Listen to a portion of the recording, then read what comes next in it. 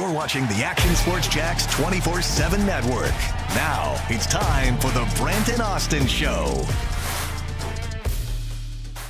Sports entertainment came to a head last night. Were you entertained? Was it worth staying up till 11 o'clock? Did you get what you wanted? Or did you leave Thursday night a little disappointed? Did you buy a little too much into maybe some of the reports on Twitter? Some of the rumors that were circulating? And did you leave a little disappointed in the Jacksonville Jaguars? I don't think you should be. I mean, there's plenty of great talent still available. In terms of the entertainment aspect, it got off to a great start with Mike Vrabel's press conference, and then crescendoed in, to quarterbacks being taken maybe a little earlier, and maybe one of the most respected organizations in terms of management not telling their head coach what they're going to do. I feel like last night it had everything set aside from a Jaguars first-round pick. Yeah, that part was probably the dramatic from Vrabel to McVay, right? But yeah, I thought it was pretty boring and dull, quite honestly. But that's from a Jags position. And at least it went faster than normal. Well, it did. I just saw the tweet from Brian McCarthy from the NFL office, 2 hours and 53 minutes.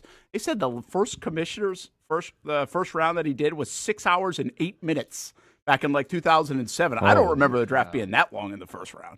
But yeah, I mean, it was all one day, though. Yeah, it was literally from like sun up to sundown, it seemed like. Yeah, they moved it along, and so how surprised are you the Jags didn't jump in? Not surprised? Not at all. And I really disappointed my friends last night, who are a bunch of degenerates who wanted to place bets on who the Jaguars were going to take in the first round. I'm just like, well, like, what about that running back from? And I was a little nervous because I was like, don't buy into that. And they're like, come on, man, it's setting up nicely. And then when the Seahawks were on the clock and that dude was still available, I was like, I just lost a lot of people a lot of money if that doesn't come to fruition. But once again, like, and we have to know this by now. Like, people got to get this through their heads.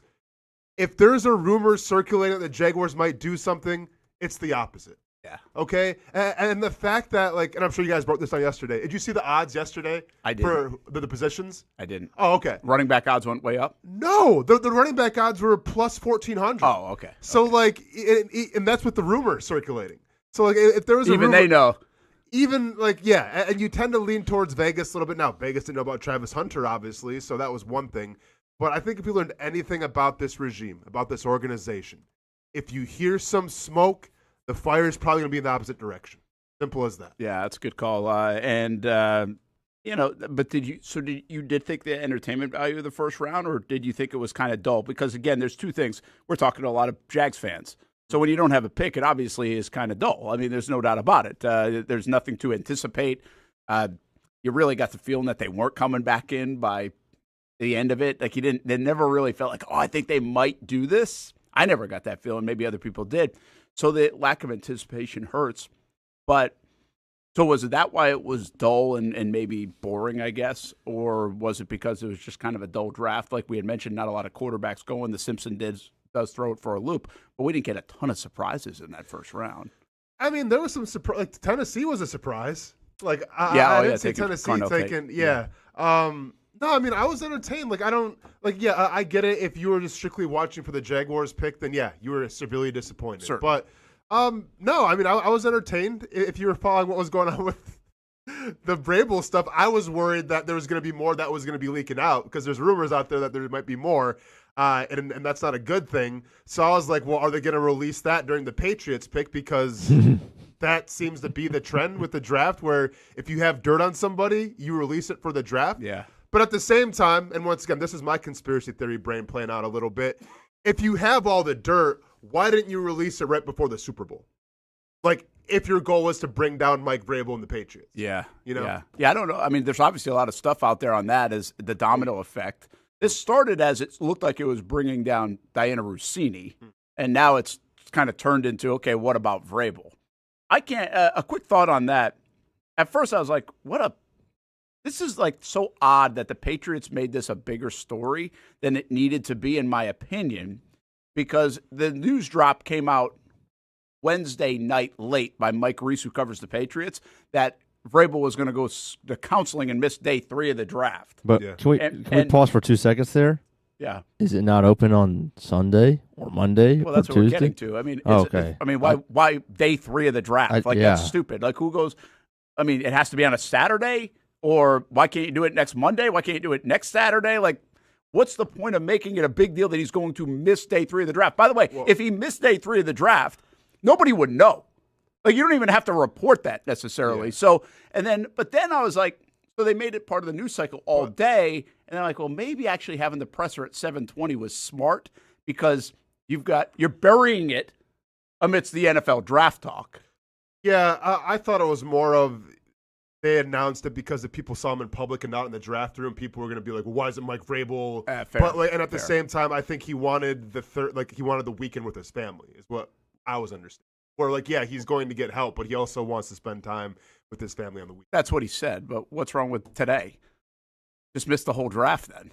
Hey man, like I said, I don't know. I don't either. I don't either. I really think it's a PR. It's in part a PR deal. Like, some of this you have to say, hey, I'm going to get counseling. I'm going to go spend time with my family. Or quite frankly, if I'm his family, I don't want to spend time with him right now. Like, so, I mean, it's pretty fresh. Like, I'm not like, hey, please come stay with us, Dad, for the next 8 hours. Like, yeah. No thanks, man. Like, that's the way I would be. But I think the whole counseling thing and everything, the timing's just interesting. But I was thinking of it in hindsight. I was like, actually, it might be pretty smart because now everybody's talking about Sean McVay reacting to Ty Simpson instead of Mike Vrabel. But the Vrabel story and the Russini story is just wow. I mean, her son's name. I mean, it's just amazing where that thing her went. Tweets about her son's name and who was the best coach named Mike. It's just absolutely brutal. And listen, I would like to rebuke my claim that I wanted Mike Vrabel here in the coaching cycle, even though you can make an argument that I do have an eye and I do have a nose. It's a big one, but I do have a nose for sports entertainment. Because if Vrabel would have been, can you imagine shock your mocks on the wayside? Because we got shock marriages, man. Like, it would have been sports entertainment to a T. Show would have been doing the biggest numbers of all time if we had Mike Vrabel here. Can you imagine, like, because one would assume, and once Dude, this is Urban scarred us enough. But this is assuming, though. Like, if Vrabel would have came here, they probably would have had close to the same amount of success, probably, as Cohen did. Right? Like, I think Vrabel's that good of a football coach. Yeah, he's a good football coach. So we assume that the Jaguars go to the playoffs. We're all excited and everything. And then this stuff comes out, literally, after Doug Peterson's gone. Man, the entertainment. Yeah, I always, when I look at a story like this, I'm like, gosh, thank goodness we don't have that story here. Like, I don't want to be covering that. Like, that does nothing for me to cover that story. It isn't. I mean, did you see? I think I told you guys, the New York Post today. The Giants picked twice in the top 10. The Jets picked number 2 overall. And they again, had 3 at 16, first-round picks. No, they had 3. They traded back in. 3 of them. That's right. Late 5 picks for your New York teams, and Russini and Vrabel. That's what I'm saying. We're the back page story, which is a front page story in New York. I'm just saying, once again, I'm happy Liam Cohen's here. But Hamby, if we had Vrabel, first of all, you'd be driving around in a Rolls Royce right now because we're making that much, like, in terms of viewership. Like, we'd be driving around in Bentleys. Can you imagine the bits we could do where we put like all like the pictures on the and we break it down? Oh my god! I mean, we really take Bigsby files. Yeah, I mean, this is our board, right? This is our war room. Forget the NBA playoffs, reporting. Forget the Stanley Cup final. Like, it's literally Mike Vrabel 24/7. We would run out of push pins and yarn. It would be the Mike Vrabel 24/7 network. Damn. Just real quick thought on that, because outside of it's obviously just blowing up on social media and everywhere else, like, he's going to be the coach of the Patriots, right? Like, there's not I don't think he's losing his job. Do you think? No, I don't think he's going to lose his job, but he might walk away. I mean, I don't know. Yeah, is that how you save face? I mean, well, it's awkward because, number one, you got to address the guys in that locker room, right? So there's going to be a disconnect there. And a small one, though. We've talked about that, don't you think? I think it's a little bigger now. Because here's what I think. I think that he told it's nothing, and then it comes out with more pictures and everything, and now it's a lot more of something because the first Mike Vrabel press conference was like, don't believe everything. Okay, well. It depends on what he told his players the first time. That's what I'm saying. But, one would think he probably told his players what he kind of told the media. Right, like he said laughable or something. Yeah, he's right? not gonna tell his players like, "Hey, just so you guys know, there's a lot more pictures. Don't say anything." But I'm gonna tell the media something else. Like, that's not how it goes. So I'm sure he told his players what they told them, what he told the media, and now his players are seeing more stuff come out. It's like, what the hell, man? So I think there might be some trust issues with that locker room right now that he's got to address. But then obviously the family issues too at home, like that's real. Yeah, like are you? And once again, none of my business in terms of what he plans to do with his family. I don't care. It's our business now because it's in the spotlight, and you're a football coach. Like, can you balance being a coach still and the whole family stuff? I don't know. So he won't get fired from the Patriots unless there's some kind of tampering, which there probably isn't going to be. But he might just choose to walk away. Yeah, that'll be interesting. I got one more question on that front. Who will take the brunt of this? Because it felt like this was a Russini story more than anything. Sure. And now in the last few days, it feels like it shifted a little bit more to Vrabel's story. I don't know if but that's in true.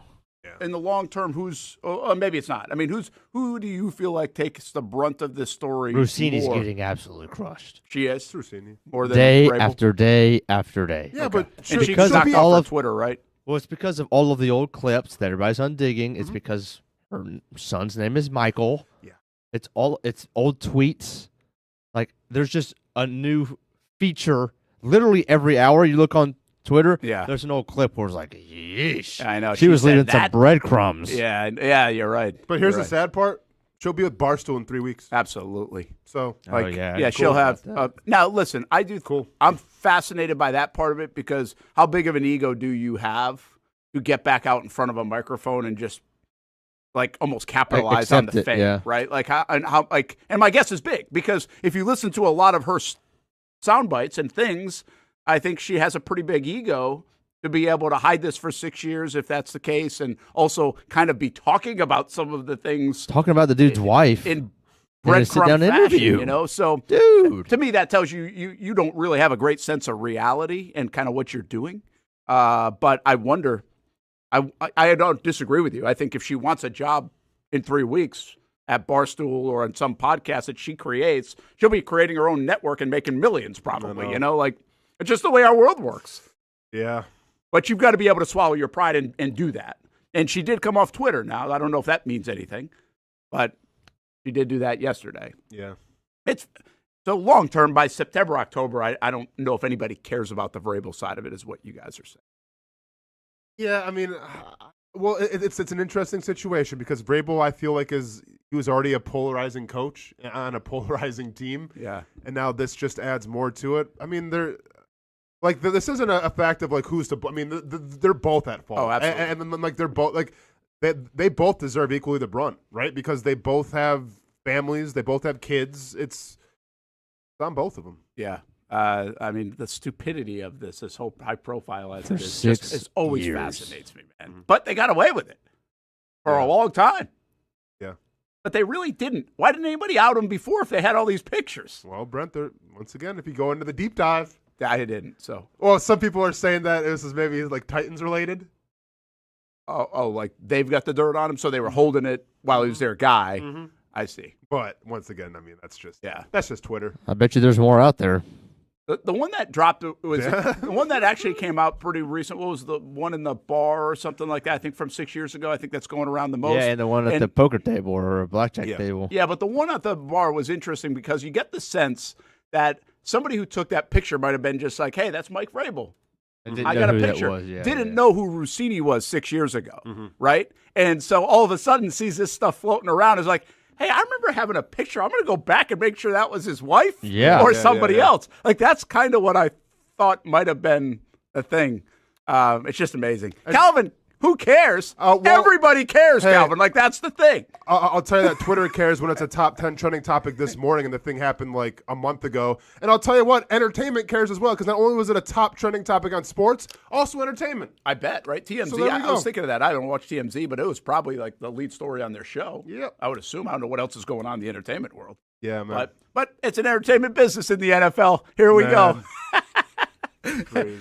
I guess in the grand scheme of things, nobody's getting arrested, so that's a positive for the NFL. Hey, there we go. But anyway, back to the Jags. Now what? What do you like? Can you put that board back up? I like that, Hamby, by the way. Good stuff. What do you like for the Jags? And I was adamant with Baselli yesterday, and I'm going to stick by this. Now, not getting Caleb Banks. He went 18. Talk about that a little bit. But I told Tony yesterday, I was like, I don't think there's a chance you're staying at 56. And there are a lot of good players on the board. Now, you could move in a modest way to 54. And be honest with you, and my intent of saying that is I think they're going to jump to like 38 or 42. I think they're going to make a pretty significant jump tonight up in that second round to get one of these players that they covet. I would be stunned if they stayed at 56. And I'd even be a bit surprised if they only moved up a couple of spots to go get a guy. Just for to preface, the numbers that you see on the left side of each of these graphics, that is their best player available ranking on ESPN. So when you open up your ESPN app, if you're following along while you watch the draft, as most people are, that you will see them in this order. So, for example, number 1 is the corner from Tennessee that fell 20 picks. Yeah. So these are your top guys at 3 just of the positions that obviously and everybody else wants. So real quick, Hamby, if we go to top linebacker still available, we see Jake Golday. That's not obviously the 24th best linebacker. That's just correct. 24th overall. 24th best available player still out there. Mm-hmm. So he would have been 24 plus 32 is 56. Yep. And now he's 24. Where are all the running backs? Well, they're gone. Price is gone, man. Sorry, that's it. Gotcha. But look, these are a lot of names that we know, guys, right? Zion Young, by the way, keep an eye on. Anthony Hill, everybody. Miller. Like, those are names that I was surprised Zion Young got out of the first round. And I think some people are. So that could be in play. You mentioned Golday. We love Rodriguez, right? I think those two, even before a Trotter. And who else am I missing here? R. Mason Thomas is another name, I think, and Grayson Halton that we've seen a bunch.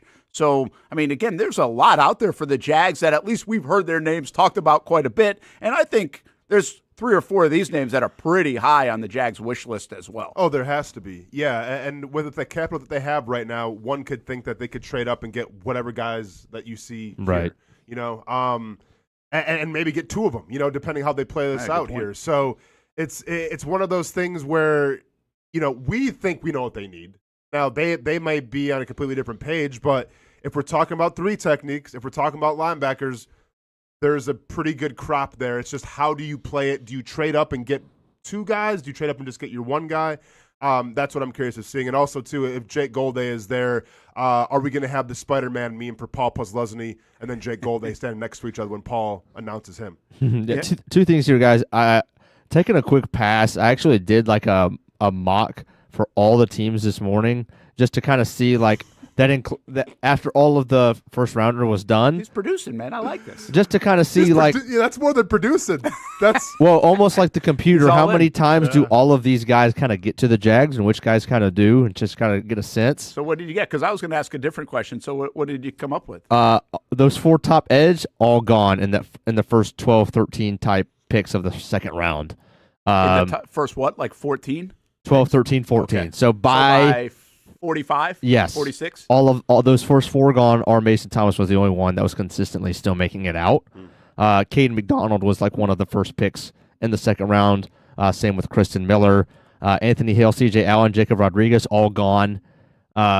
So you get the sense like if they were to stay at 50 even, like there's a chance that there's not many guys because we have some repeat here. This is not just 20 players. This is about 12, 13 players. I would agree with that, by the way. That if you don't move up past 50, maybe R. Mason is there, maybe Trotter and Golday are there, but other than that, that's about it. Mm-hmm. Yeah, I would agree with that. And I think there'll be a level of disappointment right now seeing all these guys on the board if you don't get, let's just say, a Young, a Hill, a Miller, a Rodriguez. Like, those are the names that a lot of people know. And so I just think because they know those names, they're on the board.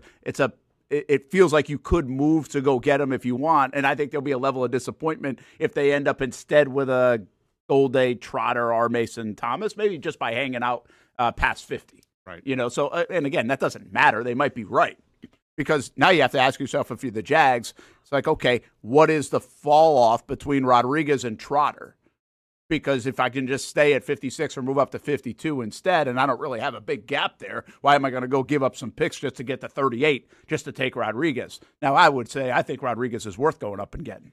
But that's just my opinion, and a very novice one at that. So my other question I was going to ask you guys, does anyone here, again, these are a lot of names that we've gone through in Shock Your Mock 2026 over the last few weeks. And we will announce the winner later in the show. Does anyone here get to pick 81 No. in the third round. No, I don't think a single one of these players do. I don't think so either. Okay. Because even like you see Grayson Holland at 61, I think Grayson Holland's going to go a lot higher than 61. I agree. So, and it's also the fact that, I mean, and this is a whole nother topic, that there was one 3-tech that got taken last night. Yeah, why was that? It's just and Peter Woods. Woods was even pretty late. I thought he was At later. 29? No, actually, Caleb Banks along Banks that at front. Oh, that's my. Yeah, okay, so- yeah. And Banks went higher than anybody expected, 18. which doesn't surprise me. Now, I was surprised he went 18 based on the noise. Right. But I told you yesterday on the show, there's no way he's making it to like past 40, in Right. my opinion. shout out to his agent and the doctors because they essentially got him up that high. They did. They sent out the report saying that, hey, this guy's going to be 100% by training camp. That usually doesn't work. I don't feel like. But it must Unless have it's matched true. with the teams. Yeah, it must have matched with the teams. You know, thought, like right? unless it's actually 100% true, then it would work. That, and also he did play on the injury too. It wasn't like he's just been out. Well, good like, point. Dude, Right. like gritted his teeth and whatever the injury, because we don't really know the extent of the injury. Yeah. You know, but like he still played through that injury and did pretty well. So yeah, but I do think that the doctor's note essentially helped him out a little bit. I wonder, and once again, it's all hindsight now, but Peter Woods, like I have no idea how James Gladstone Company felt about him, but I wonder if Peter Woods fell to like 32 and the Seahawks were on the board, Man. if the Jaguars would have tried to make a move there. Well, he fell to 29, though. I mean, is it just that you don't think they would have made a move at 29 with the Chiefs, right? The Well, Chiefs I got him? think, the Yes, Chiefs because the wanted him, Chiefs though. Oh, traded because the up. Chiefs They won. kind of beat Yeah. him to the punch. Probably they I see offered what more you're or saying. something. Yeah. Yeah, I don't know. I thought 32 was a spot as well for the Jags, but I don't know how. I guess my point is if they coveted them at 32, couldn't they have made the move for him at 28 where Buffalo's kept dropping back or something to get their guy? I don't know. You just never know. You don't know what you plan to give up, what you're willing to give up, who the dance partner is. But I would suggest to you that I think they had their eye on Peter Woods. I think you think that. I think that. And it's just a matter of what the compensation was. Once again, that's what's going to be interesting today. Like you can say all you want. Hey, I think they should move up. But it does come down to value and where your board sits and all those things that we just aren't privy to. We just Right. don't know. But I would suggest that I'd be a little stunned if the Jags aren't interested enough to move up ahead of your target of like 45. Right. Well, let me ask Get you one of this. the players that we see there. So I think there are three big surprises here. One at each position that didn't go in the first.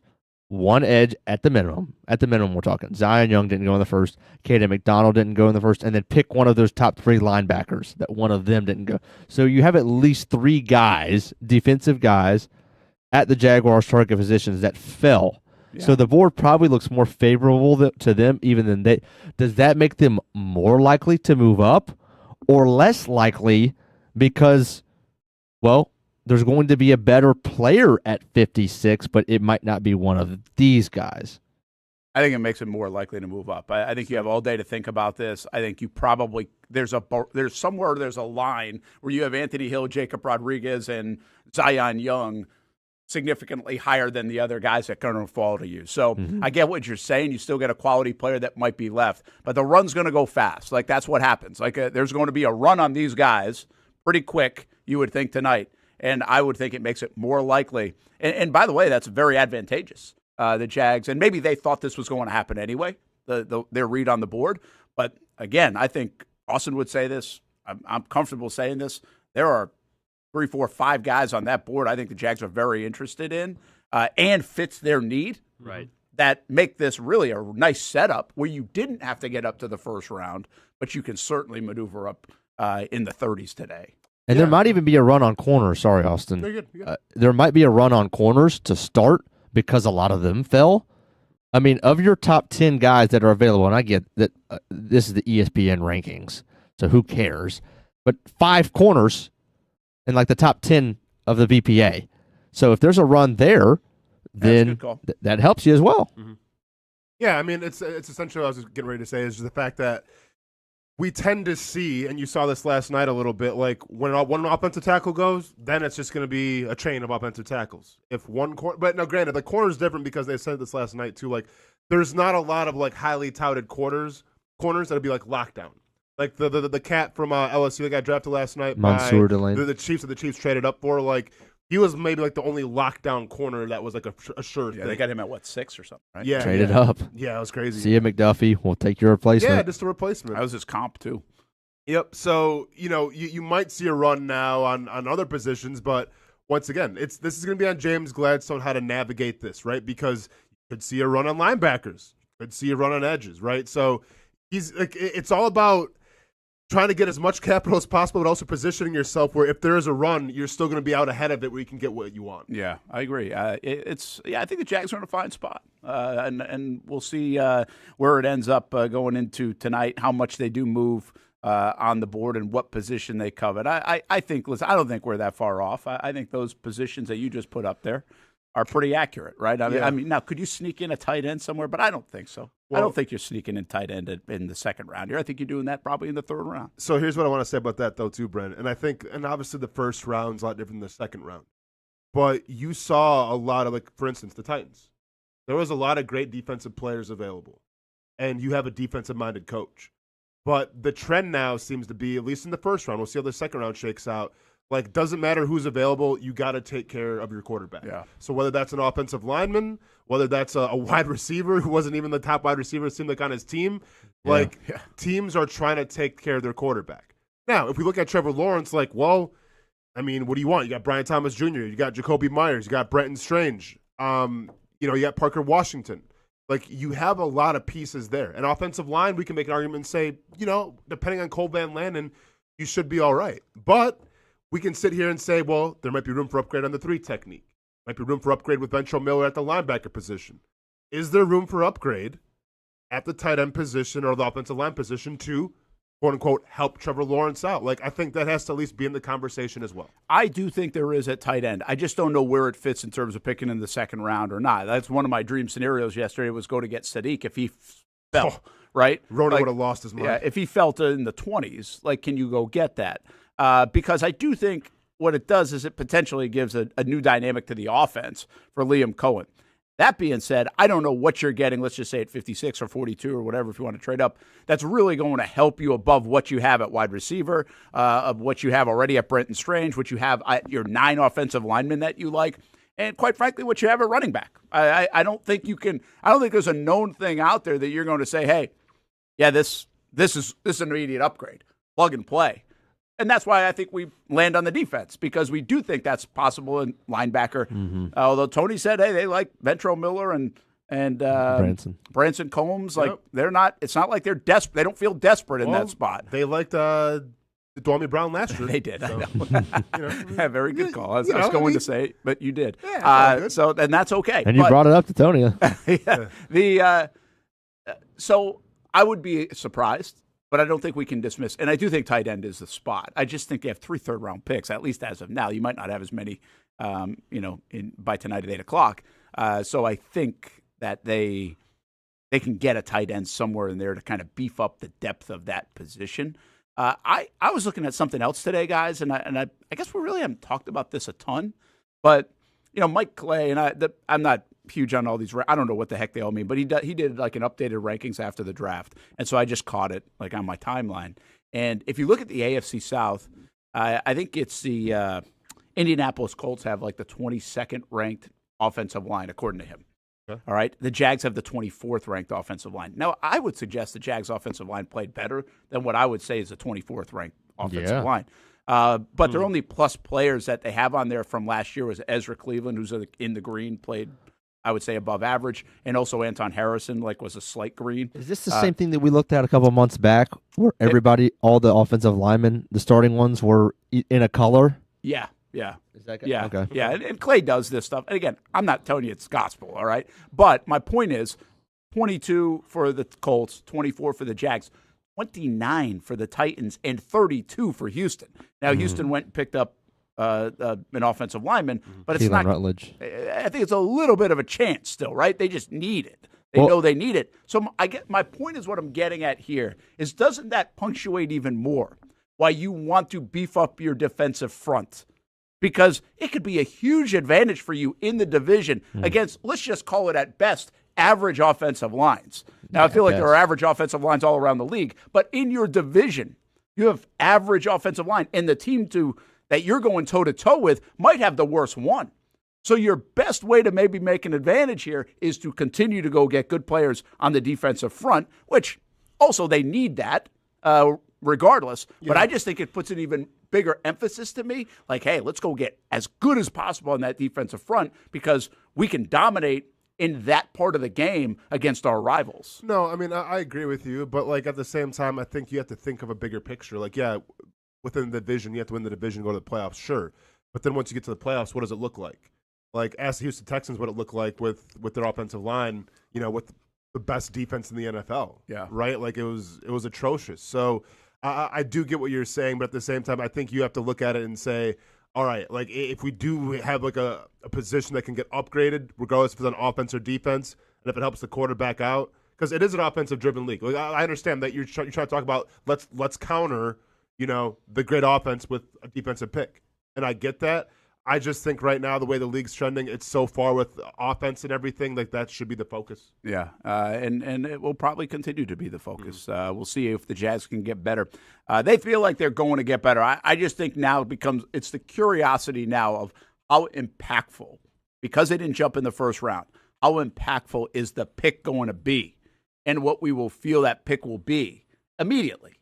I mean, obviously these guys can all develop, and I think there's a newfound belief in some of that based on what has happened around here, and become good players and be part of it, be depth players, everything else. But I think we're trying to figure out, okay, who's going to impact right away? And honestly, I think a little bit the story, a little bit the name we know. I kind of feel like Rodriguez is the guy for me on that list that can really make an impact for you, like, boom, right away. Now, maybe some other guys. We'll see on the edge or not. Let's take a break. Brent and Austen Show, Action Sports Jax 24/7 Network. A little more on the McVay thing. It'll remind you of the Del Rio comment in a sense. And I mean, these guys are like the ultimate organization right now. And do we really think there's a rift there? Was it that obvious? And did it make any sense? Because quite frankly, the Rams have been so good, you don't question what they do. Well, and we were told they had a backup quarterback already. Well, we were told by that guy. You got screwed. Stetson Bennett cards just took a beating. I know there's a lot of card talk right now in the chat. We'll be back. Baker's Sports. It's a hometown business filled with hometown people trying to make you feel right at home. Chris Conley, Jacksonville University. Walker Wright, class of 2018, West Nassau High School. Michael Young, Fletcher High School. Baker's Sports started in a grassroots way and now outfits much of the Southeast. Samuel Coffrin, Paxton School for Advanced Studies. High school sports, travel sports, youth sports of all kinds. They are a one-stop shop carrying Nike, Adidas, Under Armour brands, and more. Vincent Caldes, Oak Leaf High School. Tony Mazzio, Sandwood High School, class of 2002. Whether it's sports teams on the field or it's your team in the workplace, like our Action Sports Jacks team, and community events like the Dream 18 Golf Tournament, and many others. Cole Tilley, Hilliard High School. Reagan Webb, Eagles View Academy. Look good, feel good, play good with Baker Sports. Custom sports apparel since 1997. Shop with the hometown team at bakersport.com. Here on Spring Sports Media Day on Action Sports Jax. It's an opportunity, an education beyond the classroom and the sports arena. Life skills, testing skills, social skills. It's called High School 912, a program focused on maximizing the growth of students in academics, sports, and life. And here's your chance to get involved. If you're a local business, or if you just want to make a donation to help support programs like ACT and SAT boot camps, career days, Leadership Academy, Financial Literacy Academy, and so much more. All right, another Nice High School Panther, Jack Cole. High School 912 supports and hosts high school sporting events and several media days throughout the year. For more information on how you can get involved, visit jaxhighschool912.com. Choose your own adventure. It's not just a saying, but a way of life here at Cycles of Jacksonville. And whether it's 2 wheels or 4 wheels, at Cycles of Jacksonville, a great adventure awaits. With brands like Honda, Vespa, Segway, and Triumph, Cycles of Jacksonville has you covered with their inventory featuring a 60,000 square foot building. If 4 wheels is more your thing, check out the largest selection of Honda Talons in the entire county. No matter what you're looking for, Cycles of Jacksonville is going to have the selection you need, all with great financing and rebates. Plus, if you're active duty military, Cycles of Jacksonville will offer you 0% financing along with great discounts for military and first responders. And when you want to get off the road and set sail, Cycles of Jacksonville has you covered with everything you need to get on the water. So if you're ready for a great adventure, let Cycles of Jacksonville be your guide. Located off Atlantic Boulevard, or check out their website at cyclesofjacksonville.com.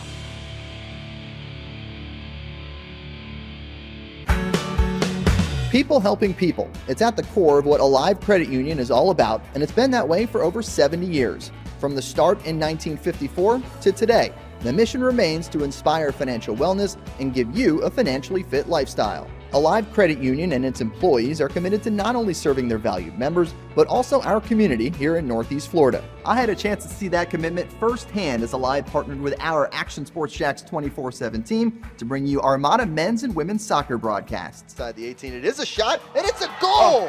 Chloe Chivers! And that connection to the community continues with Alive Credit Union's support of the Police Athletic League of Jacksonville. Alive Credit Union's commitment to our community also involves serving the financial needs of all first responders through the recent merger partnership with City and Police Federal Credit Union. Join the community and become a member of Alive Credit Union today. Find out the many ways you can be inspired in financial wellness at alivecu.coop.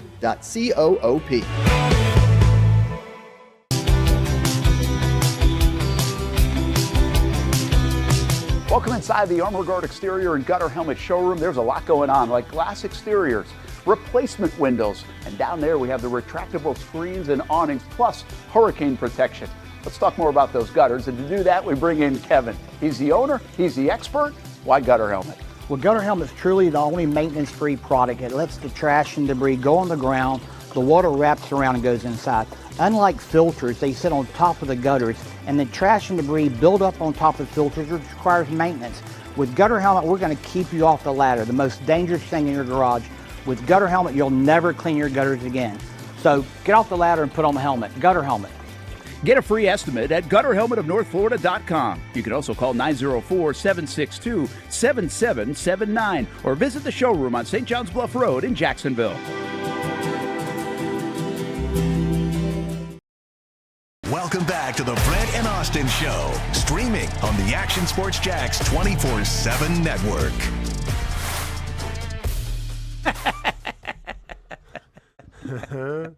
These guys get caught in such real time. When Brent talks about golf.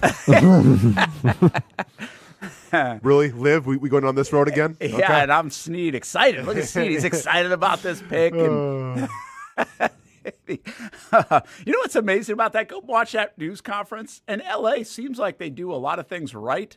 Of course, I think of goofy stuff sometimes. But I'm just struck the fact that like Sean McVay looks like he just got out of a workout. Number one, right? Yeah. And which is fine. Like, I'm all good with the dress down stuff. Like, it's all fine. But it just is interesting. It kind of catches your attention.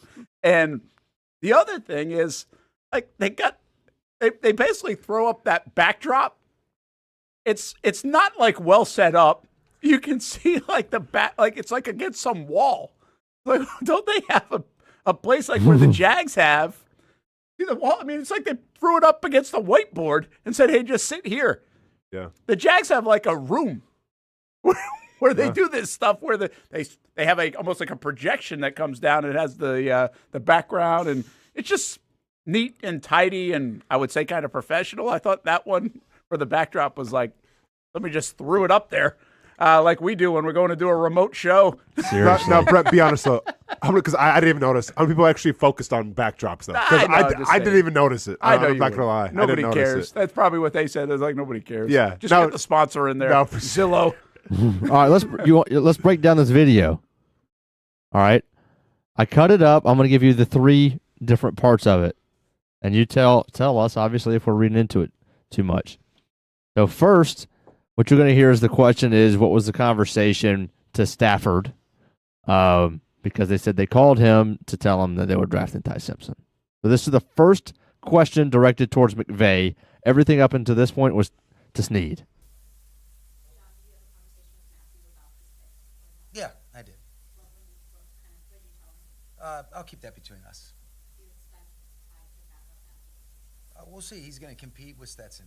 Okay, first of all, he's going to – you drafted him at 13. He's going to compete with Stetson. Hey, y'all know I love Stetson. Mm-hmm. If you draft some joker at 13, he ain't competing with Stetson. Got to earn it, Hamby. Got to earn it, man. I mean, give me a break. But, hey, do you know why there was a disconnect here? Play the video again. Watch Snead and watch how fidgety he gets looking at McVay because he doesn't know what he's going to say. No, watch it like – this head snap turn. Oh, the head snap turn is the biggest giveaway ever.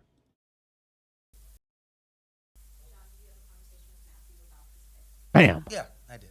He's like, yeah, okay. Yeah, he's like, okay, be nice here. He's like, please don't say anything. Oh, yeah. This is like when Austin's talking about whatever. Yep. Oh, yeah. Oh, yeah. Please don't say that. You guys are always worried about it. Got to keep you on your toes a little bit.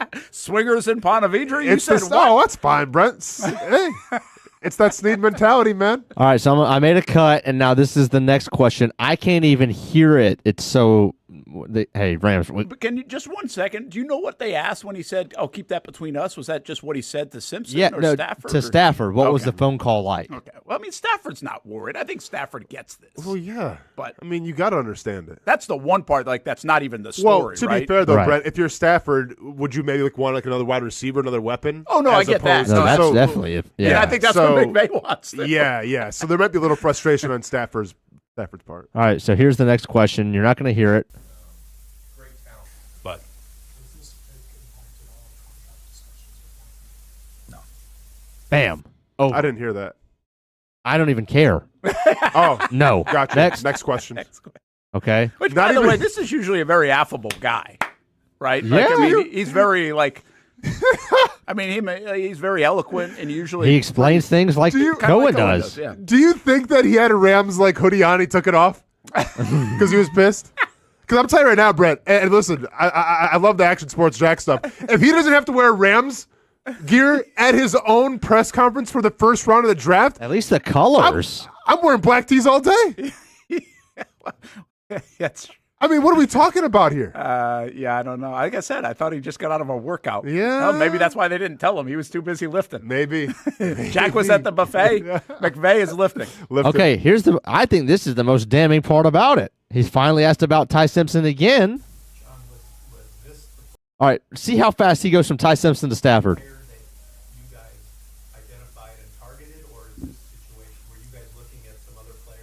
Were you guys looking at some other players? Yeah.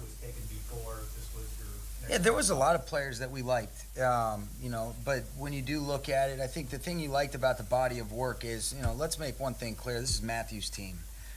Okay, hold on. That doesn't even make sense. I know. When you looked at Ty Simpson's whole body of work, Well, this is Matthew Stafford's he didn't answer team. the question. I mean, he answered it for like 3 words, like, hey, we liked a lot of guys, and then he wasn't really asked about Simpson there. Correct. But these guys, this is what it is, though. Well, he was asked if they liked Simpson that much, or was he just one of a bunch of players? Yeah. But this is what it is in a football setting. You have the guy on the left concerned about the future. Yeah. And you have the guy on the right that knows that he has Matthew Stafford for a finite amount of time, and you're in win now mode. And it's clashing. And that's exactly what's happening here. You have one guy concerned about the future and preserving the team, and another guy that thinks the window is closing. And that's what it is. Yeah, which is pretty interesting because for so long it looked like Les Snead didn't care about the future. Correct. Traded away all the draft picks and everything else, and now this is a complete flip. Mm-hmm. This is a team that didn't need these dang picks. And by the way, Lazar just says it like, how did they not get a guy? Can you imagine Sadiq? Let's just put that situation in Jacksonville.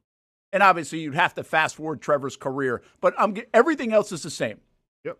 Right now, Jags are picking 13th because I think they got the 13th pick because of the Falcons or something, if I'm not mistaken. But anyway, they're picking 13. Trevor's got 3 years left, 2 years left, whatever it is. That's the only part you have to change. Everything else is the same as right now. And the Jags are picking 13, and they pick a quarterback with Sadiq on the board. I mean, we're going out of our mind this morning. Mm-hmm. From a football-only standpoint, forget about the disconnect. From a football standpoint, we're like, are you kidding? But really? William Torres, I was literally just going to bring this up. This is how teams think, though. This is the power of the fifth-year option, right? Where you're willing to sacrifice that first-round pick because you get the back end of another year of a quarterback. And who knows how many years Matthew Stafford has left, maybe 2, maybe 3. But when you have that 5th-year option, it means everything. So, once again, now, is Ty Simpson going to be the next Aaron Rodgers, or will he be the next Jordan Love? It's going to be a lot of pressure on you, man. Yeah. Right? Like, right now, everything's gravy. You can learn from Matthew Stafford, learn from one of the best, and hopefully it works out. But then when it's your time to come in, there's going to be some pressure on you. Yeah, this is actually reminiscent of the Love pick. I mean, Love was picked at 24 or something, if I'm not mistaken. Yeah. And this is why I think that the Rams took him where they did, and they were worried about it, because I felt like the Steelers may have done the same thing with Mike McCarthy if they brought back Aaron Rodgers. I was going to ask you guys that next. Is that where you thought, like, where did Pittsburgh pick? Because what were they afraid of at 13? Why wouldn't they have tried to trade down? Maybe they did. But why wouldn't you trade out of 13? Because Ty Simpson was rumored to not even go in the first round. Now, by the day yesterday came, people were like, well, he is going to go late first round, but not at 13.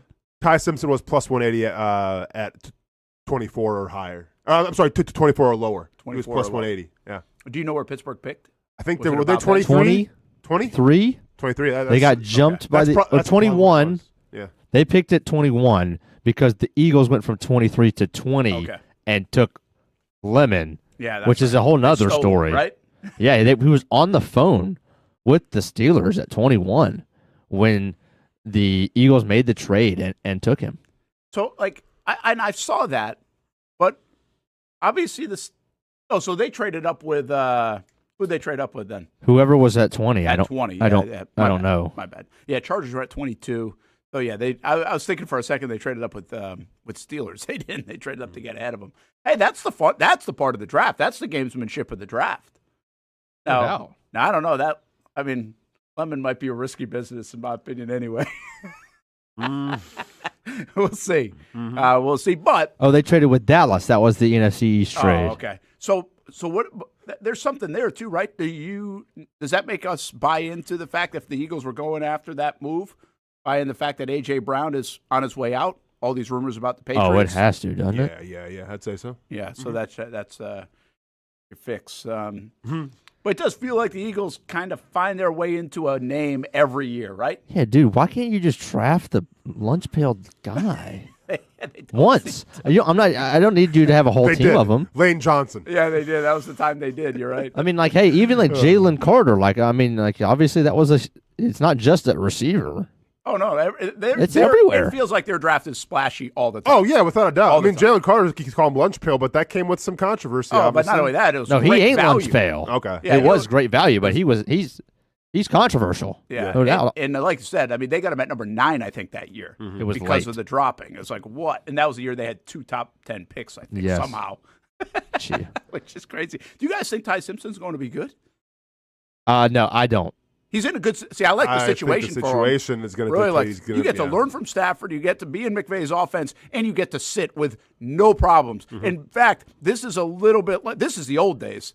This is the last guy we saw do this. I think is Mahomes, who sat for the year, but even he played like the final 2 games of that season, and then right into the next year. I think this could be a 2-year project for the Rams before Stafford goes. I mean, I don't. Stafford could retire next year, but he just won the MVP.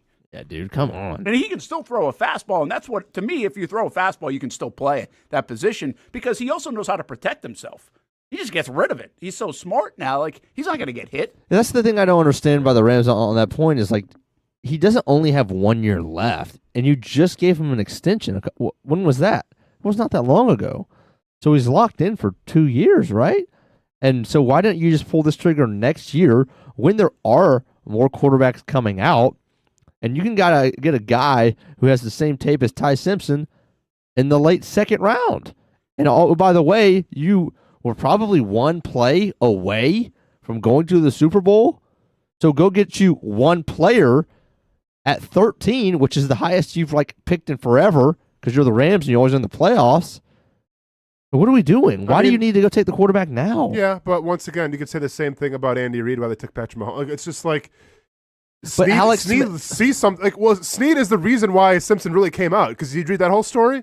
He's buddy with his dad. Well, no. So when Ty Simpson was questioning whether he should enter the draft or not, Snead told him that he's a 1st-round pick. He said he's a guaranteed 1st-round pick, and that exclamation point was what Ty Simpson needed to enter the draft.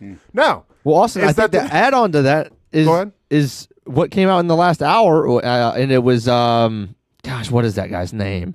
Breer put out that Breer. Snead is not best, like really good friends with Simpson's dad, who's like a coach at UTS or Tennessee something. It's a D2 school, but he's a football coach, and he's really good friends with his dad. But my point, though, is, but like if whether or not they truly believed he's a first-round talent or not, this is what Snead wanted. Now, once again, it's going to come down to him if he's right or wrong. But like it seems like at least now maybe McVay didn't get his guy, but Snead got his guy. Yeah. Right? Like if you're going to call the guy and say, hey, you're a first-round guy, guarantee it, okay, and then you draft said first-round guy, I mean, that's all the clarification that you need, that Snead thinks really highly of this guy, and he must not have thought really highly of the quarterback class, at least their draft capital next year. Because guess what? With a weapon in the first round or not, the Rams, if everyone stays healthy, will be a great team. Yeah, absolutely. You know? Yeah. So then it's like, well, if you're going to pick late rounds, and I mean, you don't know how it's going to shake out. That's true. Delphonic brings up that point. They won't have a top 15 pick next year. So this is the time to go get the quarterback now. I mean, what's the quarterback scenario next year? You might be able to get one at 28. Sure. And that might be better than this year at 13. But who knows? I mean, there could be a run on quarterbacks next year. There could be 5 taken in the top 15. It could be costly. Now, listen, here's the other thing. I think this is a little overblown, by the way. I get what it looks like. I do think the whole McVay and these guys are competitive. I think there's bravado. I think they're convicted. And obviously, if there's a communication gap there, you didn't really know. You don't like that. But I think it was McVay's a couple of times been pretty, what's the word I'm looking for? I don't know about emotional, but you could kind of see his reactions in the war rooms they would show over picks that he wanted or not over the years. Mm-hmm. I think he really went to the wall for Puka Nacua.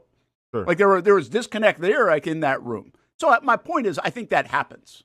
And they've been able to coexist and do very well. So I don't necessarily think this is going to be this just thing between them now. Now, we'll keep an eye on it. But the success is really what paves the way for all of that. It covers up anything. And, hey, if Snead's right, McVay's going to fall in love in a hurry. Well, but this is what Brent was alluding to Not if Stetson has anything in to the say first. about it. Relax. But this is what Brent was alluding to in the first hour of the show too. It's talking about like if they go left, you go right with defense. I mean, people are saying, well, why don't they take a defensive guy? They took a defensive guy. His name's Trent McDuffie. Yeah, they used a first round pick on Trent McDuffie. Why? Because last year in the playoffs, Smith-Njigba had 150 yards against you that cost you the game. Yeah. Right? So then you say, okay, well, we could draft a cornerback because we, need him immensely, or we can just, write it off and say, you know what, let's get a guy that can come in right now and try to stop JSN. And that's what McDuffie is. So, I understand right now you see, okay, well, they're planning for the future. They got Ty Simpson.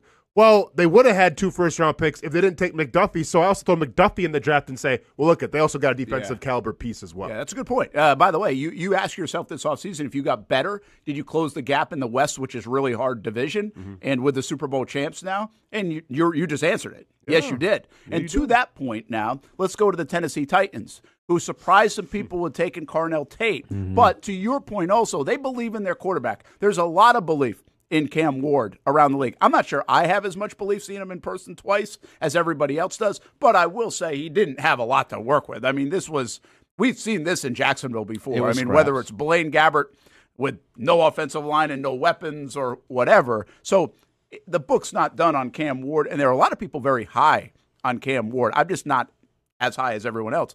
But the bottom line is they went and got a receiver for him. They tried to pay Calvin Ridley. That hasn't really worked out. But now they go get a what they think is a very good wide receiver. I don't know if everybody else projects him as a top 5 wide receiver, but they went and did that and got that move done. I just think it sets up kind of to the Jackson Smith-Njigba McDuffie conversation. Hey, it's kind of cool. They go pick a wide receiver that they covet to help their quarterback, and the Jags have said, Travis Hunter, we're going to put you on that guy. Most likely. Get ready for some good matchups for the next few years. Yeah, once again, everyone can sit here and say, he wasn't the best wide receiver in the draft, wasn't the best wide receiver on his college football team, and you may very well be right. And listen, you know how I feel about the Tennessee Titans. But at the end of the day, I do respect any organization that looks at their quarterback and says, we need to get him help. Yeah. The Titans got him help. Because once again, especially with Robert Saleh, of all people, doesn't seem like the guy that's like, I want to help my quarterback out. He doesn't. I mean, I'm coming from San Fran where my defense wasn't that good last year, so like, I'm trying to get that taste out of my mouth. They don't have a ton of people on defense either. No, I mean, they got Jeffrey Simmons. And then they did address it with their second first-round pick. Okay. With the guy at Auburn. They did. You know, so like they adjusted a little bit, but once again, I just think it spoke volumes in terms of how they feel about Cam Ward and really where the NFL is shifting now to whether it's offensive linemen or skill positions, you got to help out your quarterback. Hey, I'm so glad though that it's not. Hey, here's Arvell Reese for the next 10 years. That was my first thought at 4. Yeah. Well, where Arvell was available, Sonny Styles was available. I'm glad that we don't have those guys to worry about coming off the edge and harassing Trevor for the next 5 years. Yeah, I mean, I said I was worried about Love even. Yeah, I was worried about Love on the Titans because I don't need to see another great running back in the Tennessee Titans doing his thing. Yeah, so. And I think Love's really good. I guess just to stay on this point a little bit more. Once again, if you missed yesterday, Tony Baselli said to us, and it really caught the ears of Hamby even more than mine, about the Travis Hunter stuff. Like, we're convicted more than ever before on Travis Hunter is what Tony Baselli said. And he's going to play both sides of the ball. Like, that was the quote, right? Mm-hmm. He's going to play both sides of the ball. So the plan is still in place. Now, semantics come into play. What do we know? What we really know is that he's going to play a lot more corner than he did in the 8 games that we saw him. And he immediately jumps to the number 1 corner spot in I think all of our opinions. And so when you make a move like this, and you've got Tate and you have Nico Collins in Houston, who's Indianapolis got? They got rid of Pittman, but they they still signed got Pierce. Now wait, don't forget about the $72 million man Wandale Robinson for the Titans. True. So when you do that, now, like, to me, that really highlights the Travis Hunter move. It's kind of to the point where we're saying about offensive lines versus the defensive fronts. Well, you've got a guy that you really think can match up. I mean, let's be honest. Stingley's the best guy in the division and one of the best guys in the NFL, and he can really take away your best guy or at least really match up with your best guy. But when the Jags were at their best defensively, they had Jalen Ramsey to do that against other people. And so you hope Travis Hunter can do that against their investments and their best guys and make them a little more one-dimensional or at least take away their biggest weapon. But I think that's fun. If the Jags are sitting here with Tyson Campbell still and even re-signing Buster Brown earned it great, you're not sitting there excited about this matchup now in the AFC South with these wide receivers. Travis Hunter makes that an excitable matchup. Yep. And I think that part's pretty cool now. And he gets to show his worth, like to be a star at that position. Yeah. You get to go shut down Nico Collins. Well, guess what? That's how you make Pro Bowls and All Pros, by shutting down that guy, having a couple picks in games like that. Of course. And you know what I'm going to say, man? It all comes down to, is that going to be enough? You know, for him. Yeah. It'll be more than enough for this fan base, this organization, everything. But will it be enough for Travis Hunter? I didn't even share this with you. So I was in Colorado, the past week. Went to Boulder. Saw University of Colorado. Cool place. Went to the pro shop. And I was just curious, and I asked, like, the manager of the pro shop, like the official Colorado Buffaloes pro shop, and I asked him, like, hey, man, like, is there still a buzz for Travis Hunter around here? And like, how much buzz was there for Shadir compared to Travis Hunter? And I'm not sure if I'm supposed to say it or not, but Travis Hunter is so big in Boulder, they are gonna get an exclusive deal with Nike where they're getting draft jerseys from the Jaguars from draft night to re-release for this up-and-coming Colorado Buffalo season. Really? So, and I'm like, well, Jags jerseys, not Colorado Jags jerseys. And I asked him, like, what's the difference between, like, a draft night jersey and regular? Because there's Jaguars jerseys hanging up. Yeah. And he's like, well, there's, like, this special draft patch on it. And like, that's what people have been asking for. I'm like, wow. So the answer is yes. He's still a buzz. He's bigger than ever, man. And I guess that a lot of that has to do with, well, what's the next big thing out of Colorado right now? Good point. But it's just Dion right now. Yeah, but it's crazy how, like, their big thing that they're excited about is a Travis Hunter Jacksonville Jaguars draft night jersey that happened a year ago now. Yeah, it's in the rear view. Yeah. That's really fascinating. Now, listen, I get it. Last year there was a lot of buzz, and obviously he misses the Denver game where there would have been more buzz if he was coming back out there for that. They were anticipating it, and I mean, we had interviews with Colorado folks, and they were asking about, they're really following him. So I understand that, but I wouldn't anticipate that. I wouldn't anticipate that would still resonate to the degree it is. Yeah. And I mean, it's how long was he at Colorado? 2 years? Yeah. 2 years, right? Yeah. Yeah, after Jackson State. That's a big impact, right? It's crazy, man. To Mr. Pico's point and yours, too, they haven't had a ton of players. I mean, they've got Dion now to do that, but over the years, there hasn't been a lot to latch on to. And I will say this much about it, too. So, supposedly, he signed with Adidas. So, they couldn't have Travis Hunter jerseys when he was with Adidas until he got to the NFL. Okay. So, that kind of put him behind the 8 ball a little bit, where because Colorado was there a Nike school. Colorado's Nike school. Okay. But Hunter was with Adidas. Interesting. So that was a thing. Yeah. Which all that happens. That's pretty wild to see how all that will shake out down the road. He just put out a video last week on his channel, Travis Hunter, A Week in the Life. Dancing? Oh, he did one of those? 37,000 views in 17 hours. So, but getting back to the point though, Brent, I think he can be a star in defense and just on defense alone.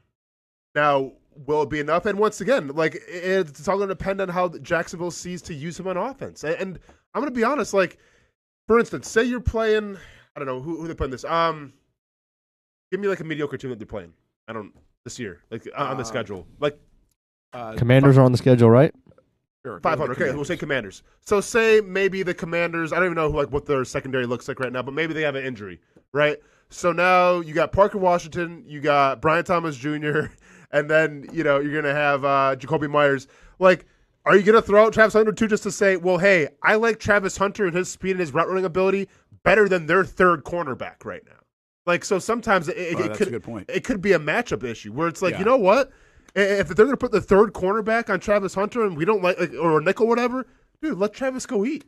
And it's not even okay, well, we got to follow the playbook. Got to call it. No, just give Travis Hunter an option route, say get open, and give him the football, and then bring him back off the field. Yeah, I would agree with that. I think that, obviously, we just talk about this all the time, and there's so much movement. As I mentioned yesterday, the goalposts move on this, and I think they'll continue to move. I think that's why the defensive talk is a little bit more absolute this time than it was last year. To me, that's the difference in the conversation. The difference in the conversation is we really feel like they are going to use his gifts and his skill set at that defensive spot, and then the goalpost movement is going to come on offense. And I think the reason why it's hard to nail it down, the reason why it's hard to say exactly what he's going to do is because it's going to change week to week. The difference, again, is I think last year was changing week to week on both sides of the ball. Yeah. I think that's really the big difference, is that it's not going to change as much on defense. It's no, you're going to cover that guy, or you're on that side of the field. Now, offensively, do we need him to take advantage of a matchup? Do we just wrinkle him in to keep him happy? Do we just want him dynamic here? Do we have an injury? Can we keep a guy down for a game because, hey, let's let him work on that ankle. We don't have to bring him back too soon. We've got Travis Hunter who can now play 25 snaps in a certain game. He can handle it. I think it's really going to change. I think if you bar graph what he does on offense, it's going to be all over the map. In 2026. I think if you bar graph plays on defense, I think there's going to be a much higher level of consistency to that number. And it's got nothing to do with, he couldn't learn the playbook last year, and that was and maybe that had something to do with it in terms of why he wasn't on the field a lot. Sure. I'm sure it was a really hard playbook to learn, whatever. But on defense, a lot to, go cover this guy. Go cover Nico Collins. Go cover this guy from Ohio State. You're all good. And at the end of the day, and it's not a knock on Travis Hunter, but when we're watching the whole play, when we're watching the Buffalo Bills, was everyone saying, man, I wish we had Travis Hunter on offense? Man, if we had Travis Hunter on offense right now, we would have beat Buffalo. Or were we saying, Travis Hunter would have been on defense against the Buffalo Bills? It may have been a little different. Yeah. Now maybe Keon Coleman, of all people, isn't going to burn you for 50 yards or whatever that play. Secondary had played well, but that was the one game where we said we wish Jordan Lewis and Travis Hunter were healthy, right? We were clamoring for Travis Hunter a lot more when he went out on defense than we did on offense. And a lot of that's Jacoby Myers, too, and everything, and it's just the way that it worked out, but that's the fact. Yeah, that's a good point. And I would just one more thing to throw at you, what you just said there, for the Jags for Travis Hunter and the playbook part, I do think it's hard. He didn't have to worry about that. I think that's pretty crystal clear in Colorado. So, and this isn't an easy playbook. But I don't necessarily think that's not why he was playing X amount of snaps. It could have been in certain packages and things. I really just think it felt more like he was messing up some of the things. That's where the mess ups were coming. So I think that's the tie to the playbook, right? Yeah. Because remember, the Jags in the first half of the year, when Travis Hunter was playing, that's when they were having all sorts of procedural issues. Now, it wasn't just him. I'm not saying every procedural issue was Travis Hunter. I'm just saying that was part of it where it's okay, nope, you got to go over here. You're going on the wrong cadence. You're going there's a lot going on there. I don't even know if it's really knowing the playbook as much as playing to the playbook. That was a little bit of an issue as he got acclimated to that. And that probably will help him out. One, you'll simplify it a little bit more this year. You play to his strengths. But I think having those 8 games under his belt with this offense should help him transition. I don't think we're going to talk about that as much in year 2, I guess is what I'm saying. If we're still talking about it in year 2, that might be an issue. Yeah, that's an issue. Then it's, hey, guess what? You're playing defense 100% of the time, man. Yeah. So, and again, the sneaky part for the coaching staff is balancing that. I think there's less balancing going on this year because of the bar graph example that I gave you, if nothing else. All right, let's take a break. Brent and Austen Show, Action Sports Jax 24/7 Network. Big draft day, number 2. Really, the draft starts today for the Jacksonville Jaguars, number 56, and then 3 picks in the 3rd round. Don't think they'll have them all, in my opinion, but that's my opinion. And then a busy day on Saturday, where I also don't think they will have them all. If I had to put a number on it, they've got 11 picks, guys. How many do you think they will actually make? How many new players will they have by the end of the weekend? What do you think? They have 11 right now. I'm going to go with they're going to have 8. Now, that's kind of what I was thinking. I'll take the over on that. Not by much, but I'll just say 9. Yeah, I'll tell you, if they have 13 picks, I'm going to be pissed. Oh, no. As long as they're easy to pronounce names. Aurora is already come on, man. Yeah, it's kind of fun, though. It just looks hard. It's intimidating. It is intimidating. So one more question here on this. Do you think the GM, and I don't think they sit there and look at this, but if you were a GM and you're worried a little bit about your scorecard, would you want less or more? Because it's hard to hit on 11 players. Yeah, well, you want less because some of those, theoretically, if you have 11 players, they're probably not going to all make the roster. That's what I'm saying. Or at least the active roster. But you get more darts at the dartboard to hit on something big. Yeah. I think ego comes into play a little bit where you want the less and you want the more kind of quote-unquote sure thing. Yeah, so when we put up that full screen the other day and we say, hey, there's only 2 guys from that draft class, that's why you don't want 11, in my opinion. Yeah. If you're being egotistical, it's if I only have 3 from the draft class and only took 7 picks, that's a little bit better than if I took 11. Correct. All right. On the hit rate. We'll be right back. Most of us know how to throw.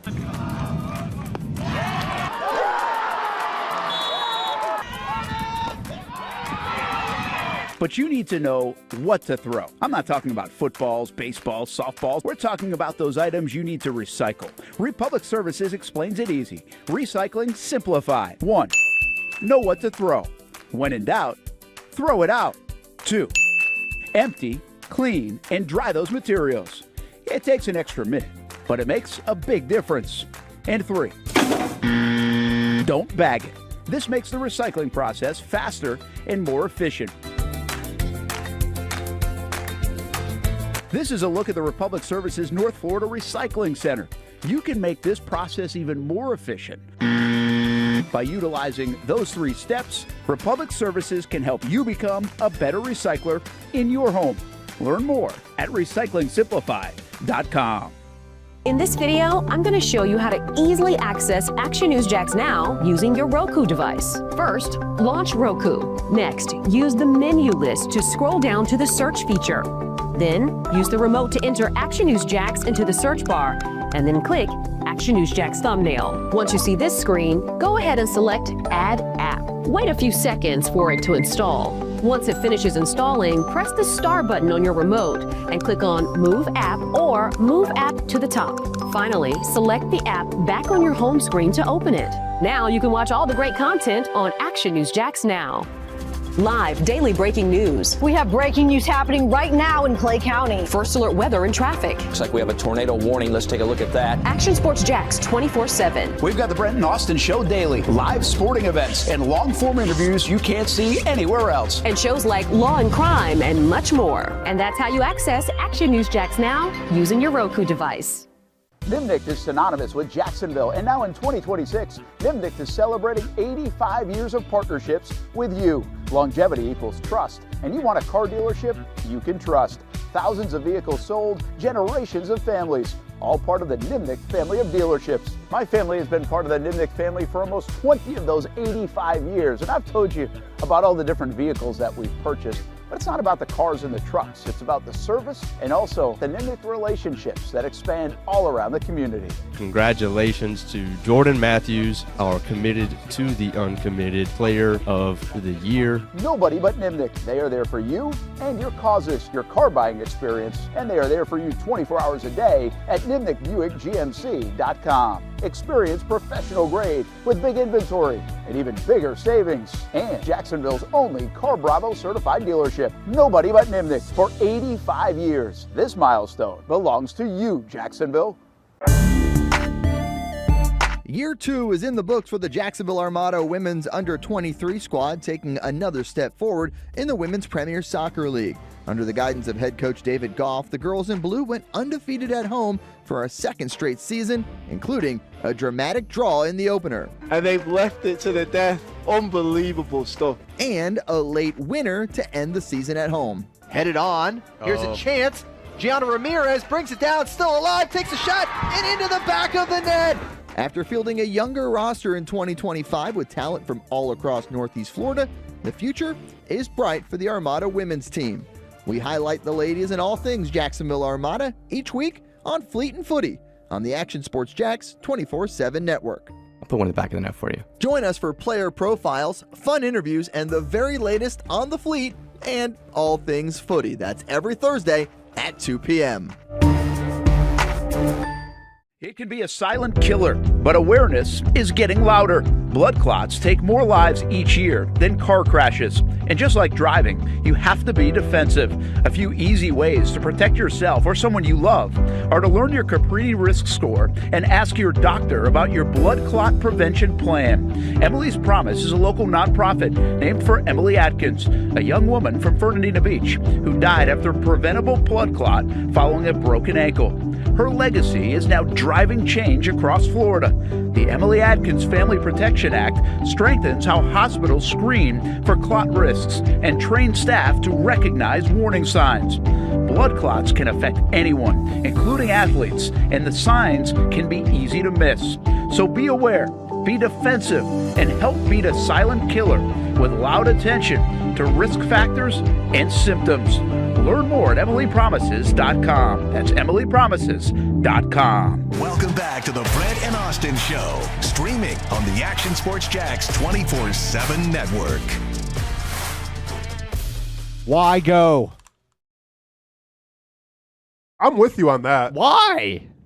Yeah, I had this conversation with my son last night. I asked him, like, hey, would you ever want to go to the draft? Because, you know, one would think once that new stadium gets built and everything, that Jacksonville will eventually host a draft night. But okay, well, hold on. Yeah. Where's 320,000 people gonna be? Ain't gonna be there when the Daly's place. I mean, I assume probably by the shipyard. I mean, I don't know. I don't. It's a great question, but I have no idea. Anyway, continue. Yeah, I have zero idea. But yeah, so and he even said I would rather just watch it. And I agree with him. He said, I'd rather just watch it at home because you got a much better view of watching people walk on stage. I go, that was a very profound answer, son, and I would probably agree with you because once again, it's one thing, and you know what they say, okay, well, why go to a football game because you can just watch it at home and it's a better view. This may be true as well, but you're at least sharing the camaraderie of fans and the stands and everything. It's exciting. There's nothing that exciting to me about watching a guy walk on stage, take a picture for 2 minutes, and then walk back off. Right. There's not once again. I guess you're sharing the enthusiasm of the fans that you're with, and I guess if it wasn't Jacksonville, yeah, obviously Duval would be represented to full effect. I just can't come with you though, man. Like I see these draft crowds, Hamby, and it's the same way that I think of like the ball dropping on NYC. You know, where it's like you want to stand there in Times Square and watch the ball drop and have to wear a diaper because you can't move for like 10 hours. Like I'm all set. I don't got to do that, man. Same thing with this draft. Yeah, the thing is, if I were to go back to just being a fan and say the Jags had the number 1 overall pick, like and weren't not hosting, I'd be way more likely to go to the Daly's place for like just a watch party. Okay.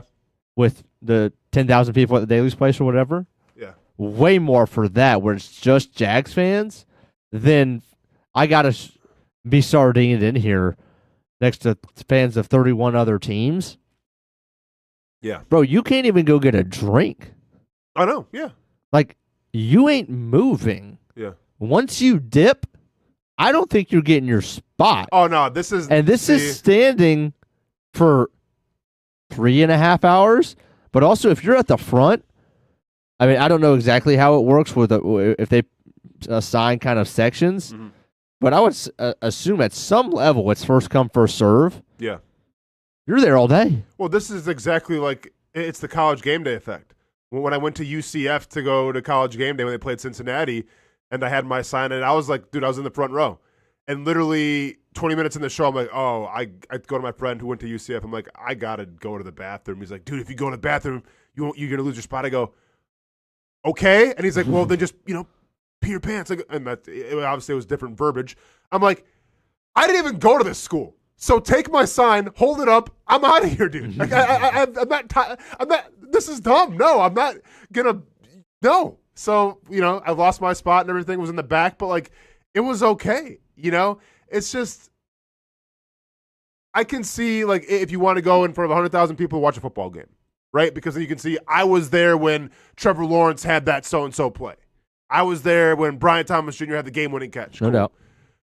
What are we going to say? I was there when Ruben Bain was really pissed off that he fell so late and, like, had an angry look on his face. I was there when Ty Simpson got selected. And I was there when Jordan Tyson blew snot out of his nose. Yeah, there you go. Like, you saw that mess?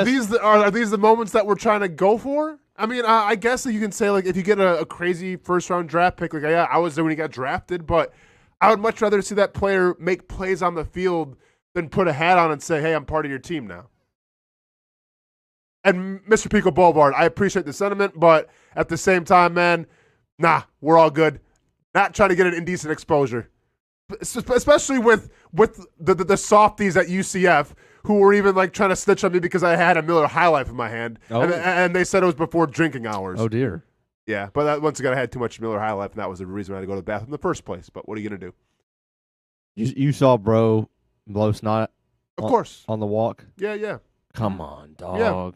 I mean, I'm going to be honest, Hamby. If you want like my honest draft breakdowns of everything, shout out to all the girlfriends and the fiancés and everything. Uh-huh. They're learning, right? Yeah. Let's not make it about you right now, right? Let's not take away attention from mom. Yeah, let mom have the full first minute. Let's mom get the big hug and the big smooch on the cheek, and then come in after. Didn't see any of that, but you know what? And this is once again, it's the entertainment business. Everyone knows what's up now.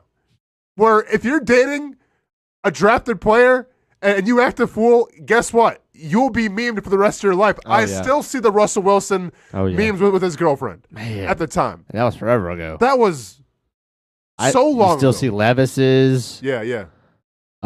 Dude, oh, man, it's one of the funniest. It has nothing to do with the girlfriend, but last year or 2 years ago with BTJ, when they asked his mom, how far have y'all come? Mm-hmm.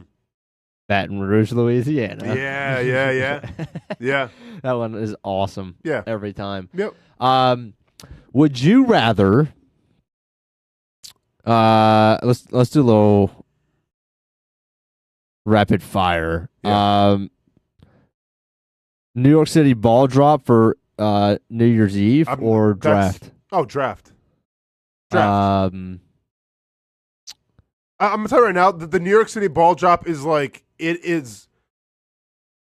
I'd rather go to the dentist and get like a root canal.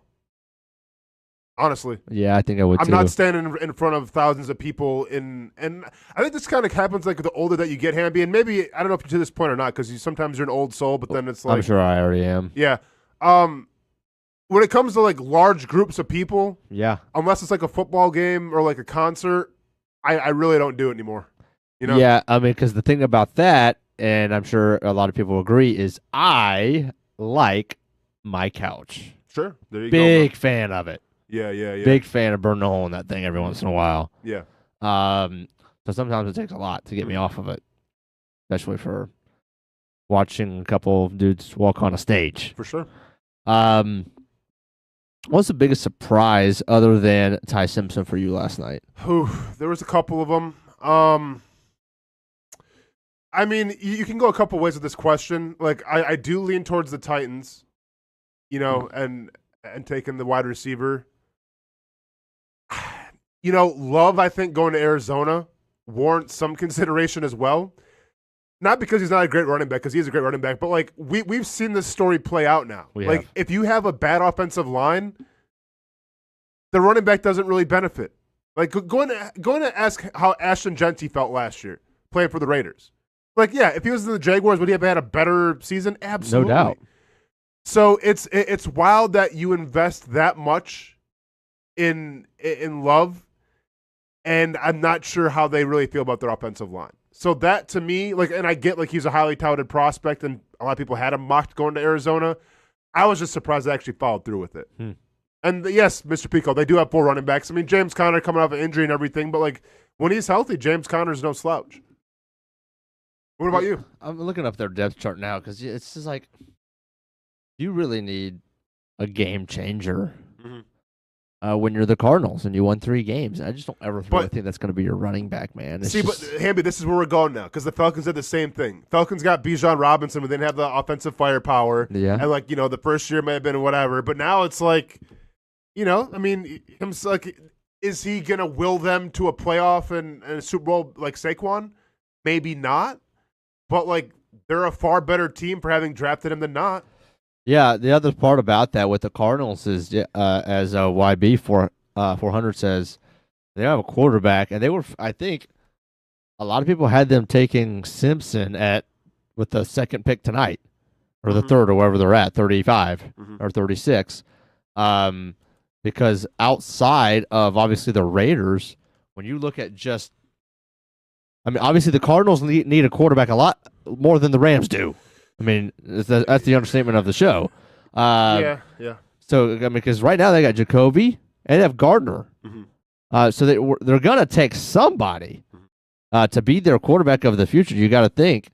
So do they pull that trigger and take a Beck maybe at 35 or 36, or you probably wait till the 3rd round to do that? Yeah. But I would have thought, it's not like their offensive line is good. If you think you're going to take a quarterback in the 2nd or 3rd, because that's where the value is, I get helping out your quarterback. Jeremiah's going to help the quarterback a great deal, but so is an offensive lineman that you couldn't block last year. I think Banks was the biggest surprise for me. Okay. Just that the Vikings said. Oh, you mean surprised that he went up that high? Yes. Yeah. Just the Vikings. I'm not. No. Because of the injury. As talent-wise, I am not surprised at all. Yeah. I just didn't think, across the board, anybody trusted the injury enough, the foot, to take him that high.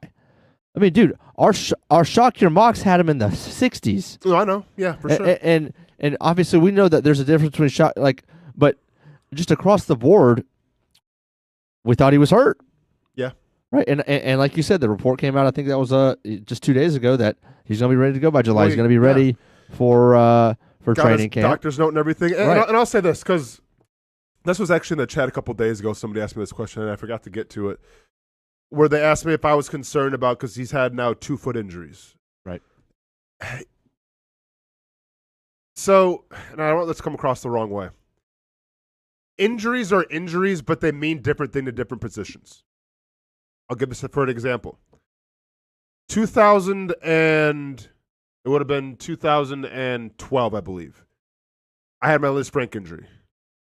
Maurice Jones-Drew and I think this is common knowledge now, he also had a Liz Frank injury. We literally had the same injury, same season.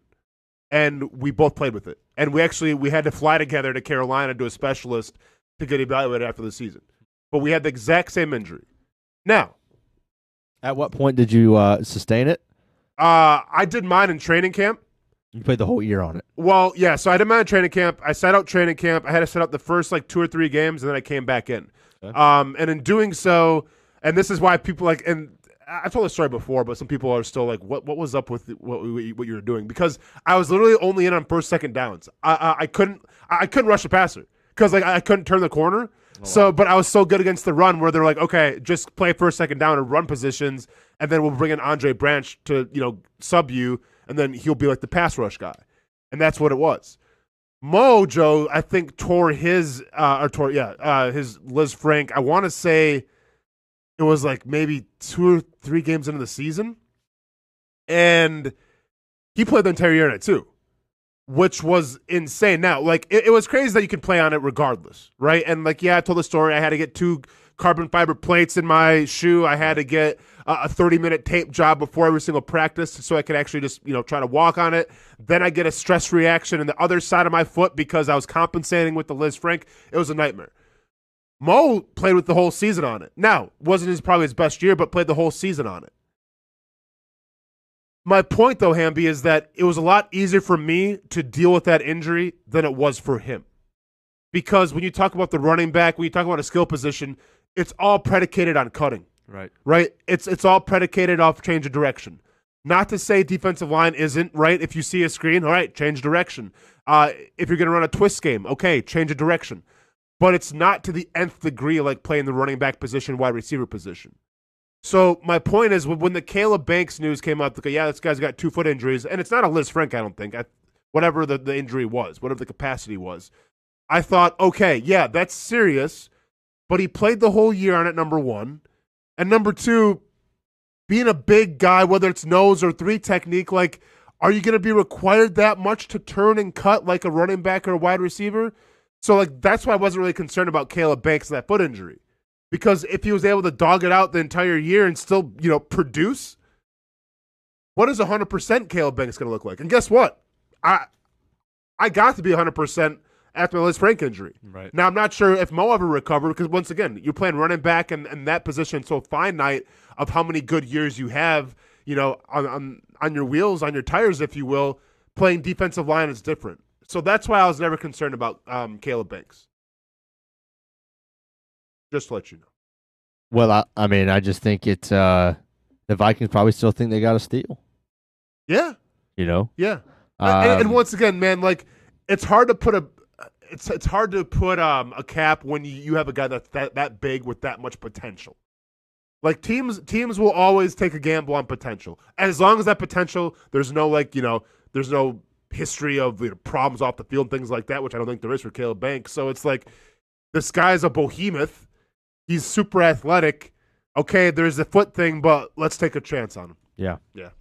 The only other kind of surprise for me was honestly that the Texans took Keelan Rutledge.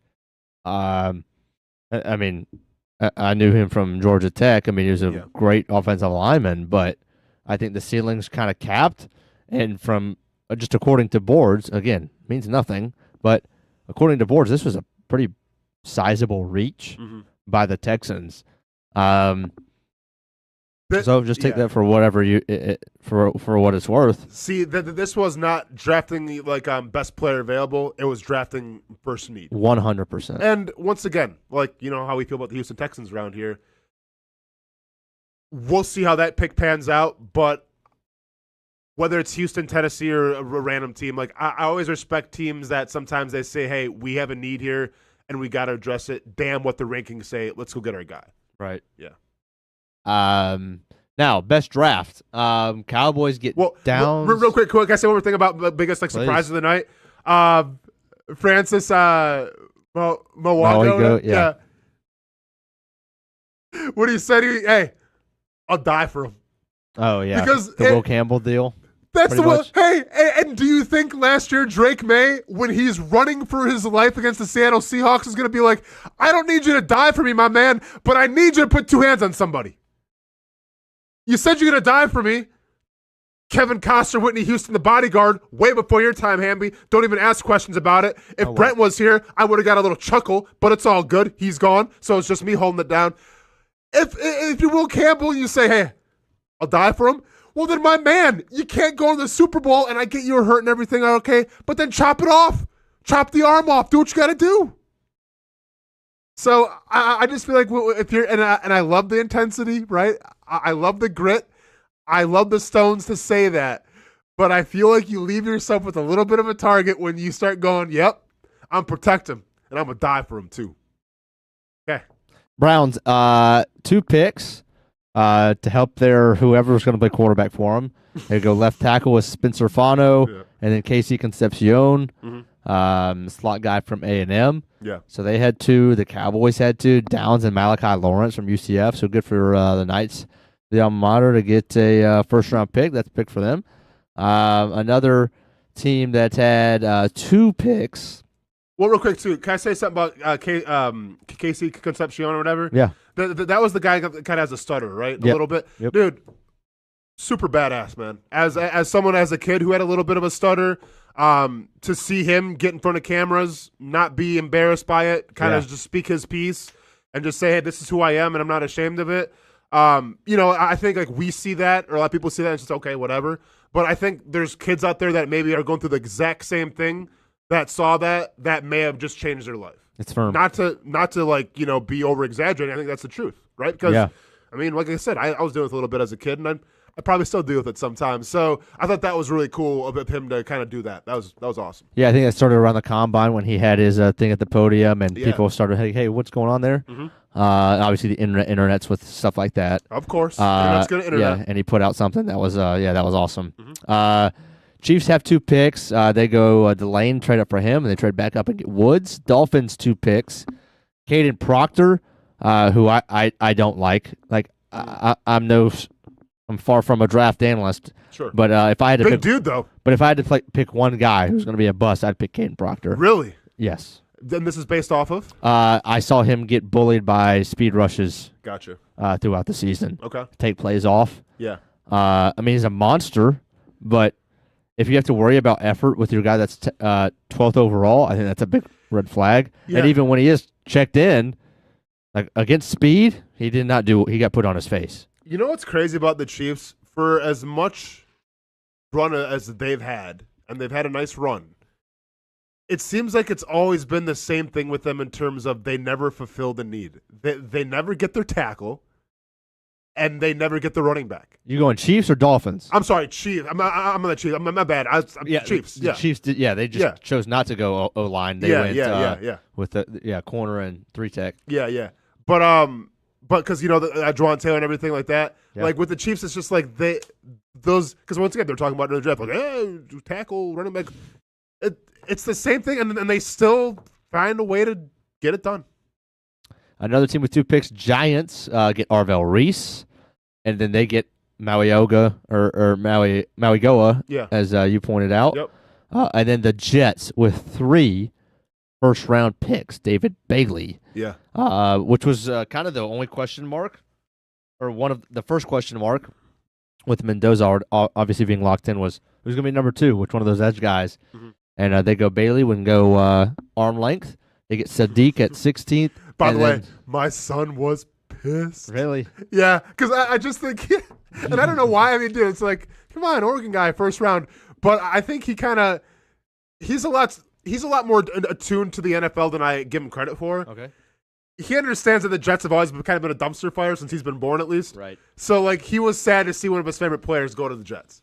Well, But good for him. It is what it is, yeah. And then they go with Omar Cooper, who's like the Jacoby Myers type quarterback best friend. Mm-hmm. So the 49ers traded out of the first round.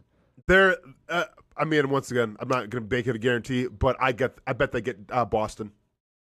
Okay. The Denzel Boston out of Washington with that first pick. The Bills did as well. They traded out. And then the only other team with 2 first-rounders, as we've talked plenty about already, was the Titans with Carnell Tate and Keldrick Falk. One more break to get to. When we come back, a new sport of sorts. Oh no, man, it's one of the oldest sports of all time. I feel like Hamby, but it got a big innovation upgrade. Yes, where I would say maybe one of the most boring sports of all the Olympics may have become one of the most exciting sports in all the Olympics. And why is there chicken being thrown on the ice? Oh no. We'll talk about that next here on the Brent and Austen Show. Nimnicht is synonymous with Jacksonville, and now in 2026, Nimnicht is celebrating 85 years of partnerships with you. Longevity equals trust, and you want a car dealership you can trust.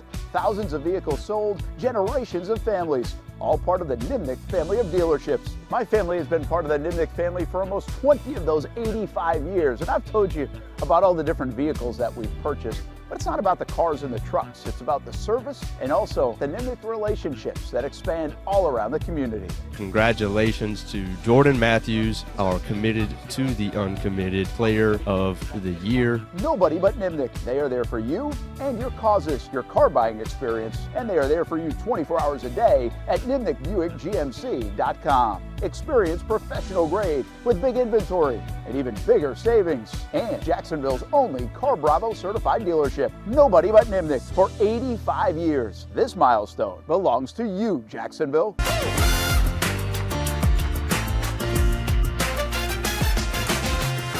Empower a future, inspire a dream. It's a bold but simple mission for the Jacksonville Police Athletic League known as Jax PAL. Help the next generation of kids in Jacksonville shape a brighter future. Their after-school programs, teenage leadership programs. There's community outreach. It's been just an awesome opportunity to be out here with my colleagues and do something good for the community. It's really been an interesting opportunity to just see everybody work together in a way that we don't normally in the office. And there's sports.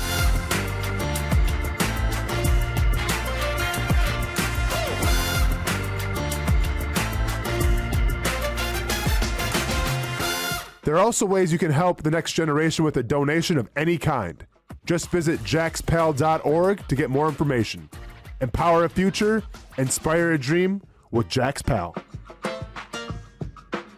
It can be a silent killer, but awareness is getting louder. Blood clots take more lives each year than car crashes. And just like driving, you have to be defensive.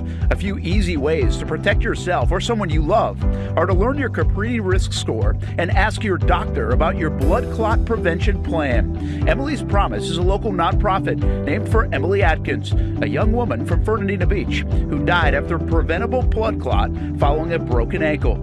Her legacy is now driving change across Florida. The Emily Atkins Family Protection Act strengthens how hospitals screen for clot risks and train staff to recognize warning signs. Blood clots can affect anyone, including athletes, and the signs can be easy to miss. So be aware, be defensive, and help beat a silent killer with loud attention to risk factors and symptoms. Learn more at emilypromises.com. That's emilypromises.com. We've been telling you about the Action Sports Jax 24/7 network for over a year now. How to find it, what to see. Simply put, it's TV online. Local sports content all day, every day. Just like this. Did you always want to make history? Like, think that big, or just say, hey, I want to play in the NFL? I always say I wanted to play in the NFL. That's it. Back to her left side, takes a shot, and into the back of the net. Oh, what a pass. Oh, my goodness. What a pass. Say he doesn't make a tackle. You still feel like his presence is felt in every single play. I did have a sense that they wanted to be bold, that they wanted to make a splash.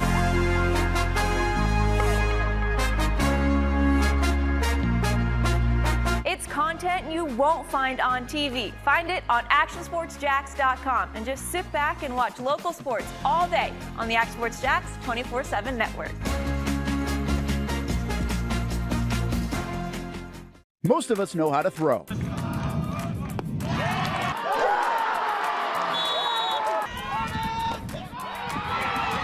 But you need to know what to throw. I'm not talking about footballs, baseballs, softballs. We're talking about those items you need to recycle. Republic Services explains it easy. Recycling simplified. 1. Know what to throw. When in doubt, throw it out. 2.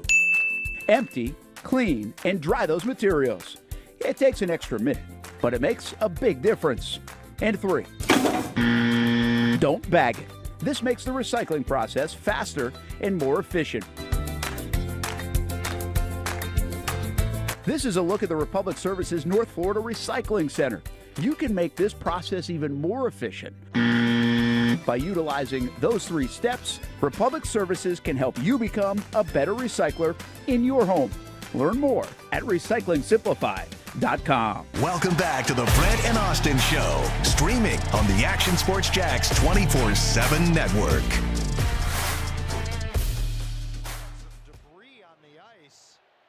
Debris. That's one way to put it. Can't wait for the hockey officials to scrub this video. That's a good point. Bro. That's a great point. A whole ass turkey, freaking chicken. A whole ass chicken. A rotisserie chicken. What are we doing? Because why not? Well, hang on, I'll break it down in a second. There's a backstory? Of course, man. It's hockey. There's always a backstory. Of course, man. It's hockey. Okay, so Hamby. All right. So throwing things on the ice it's not anything new. Right. This dates back to the 50s, and I don't know like how much of like your hockey fandom goes, Hamby, but are you familiar with the Octopus in Detroit? All right. So that's your team. That's my team, obviously. So Detroit, one of the mascots. It's not looking really like a mascot, but like one of their official things in their arena is a giant octopus. And it started back in the 50s when 2 brothers took a dead octopus during. So this is the 50s, right? So it's the original 8. So there's 8 teams in the NHL at this point. Okay. And so that means the playoffs were a little smaller, right? Of course. So you needed 8 wins to hoist the Stanley Cup, essentially, right? So they took an octopus when the series started and threw on the ice because, well, octopuses have 8 legs. So then we fast forward to the 90s, and now Detroit's really humming again, and it's playoff fever and everything. And I forgot who they were playing, but it was like a neck-and-neck game. Detroit scores a goal, and lo and behold, from the 50s, this octopus shows up again. And that kind of became the staple then of like Detroit lore, where it's like, if the Wings are playing well, something crazy happens, you throw an octopus. Now, the 50s security, and like, because it's happened this year as well, 2000 security is a lot different. Naturally. There was a TikTok video where they took saran wrap and saran wrapped the dead octopus, so obviously it didn't stink as much. Right. And then they saran wrapped it around their chest because where are you going to put it? It's a giant octopus. You just can't put it in your pocket or anything, right? So they saran wrapped it around their chest under their jersey, and they got in. So now, let's fast forward to a few nights ago, Edmonton, crazy hockey town, playing Anaheim, who a lot of people were surprised actually made the Stanley Cup playoff. Mm-hmm. They're in Edmonton. Well, what gets thrown on the ice? Play it one more time so we can get demonetized and get banned from YouTube, please.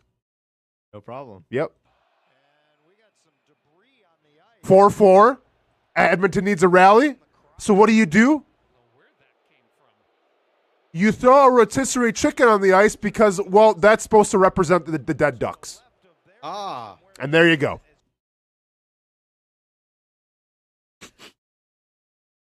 You can't buy this whole chicken. I don't know why I keep wanting to call it a turkey. You can't buy that at the stadium, right? Like, that's not a concession stand item.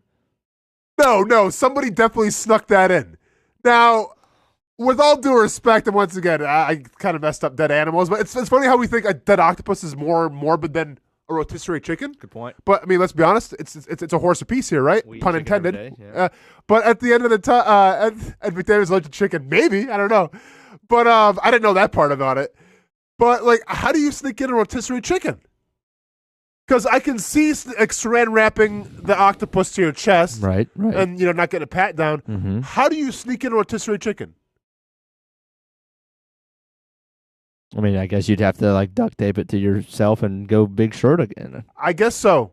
And to kind of put a bow on this story, Ducks won 6-4. Okay.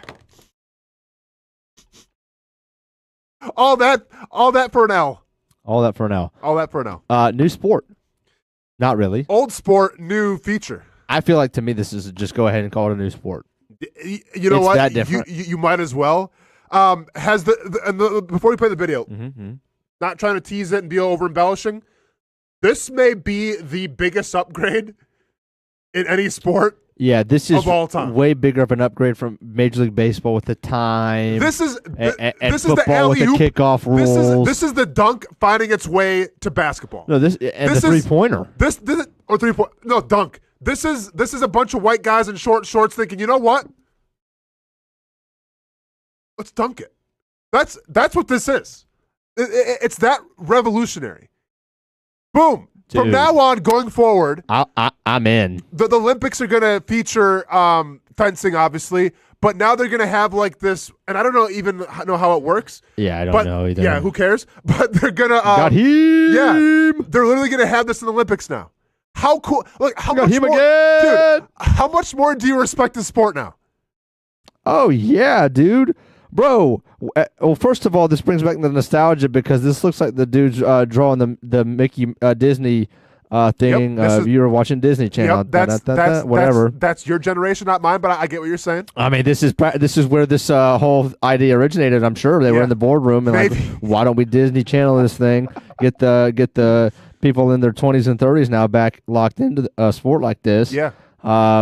But also kind of looks like Star Wars. That's what I was kind of thinking a little bit. Like, dude, I'm in. It's badass. And once again, like, it's crazy how a little, because I remember, like, once again, this NHL thing, like, when the NHL had, like, on the puck, it had, like, a red light so you could follow the puck around. It was kind of whatever. It's gimmicky. This makes the most sense of all time.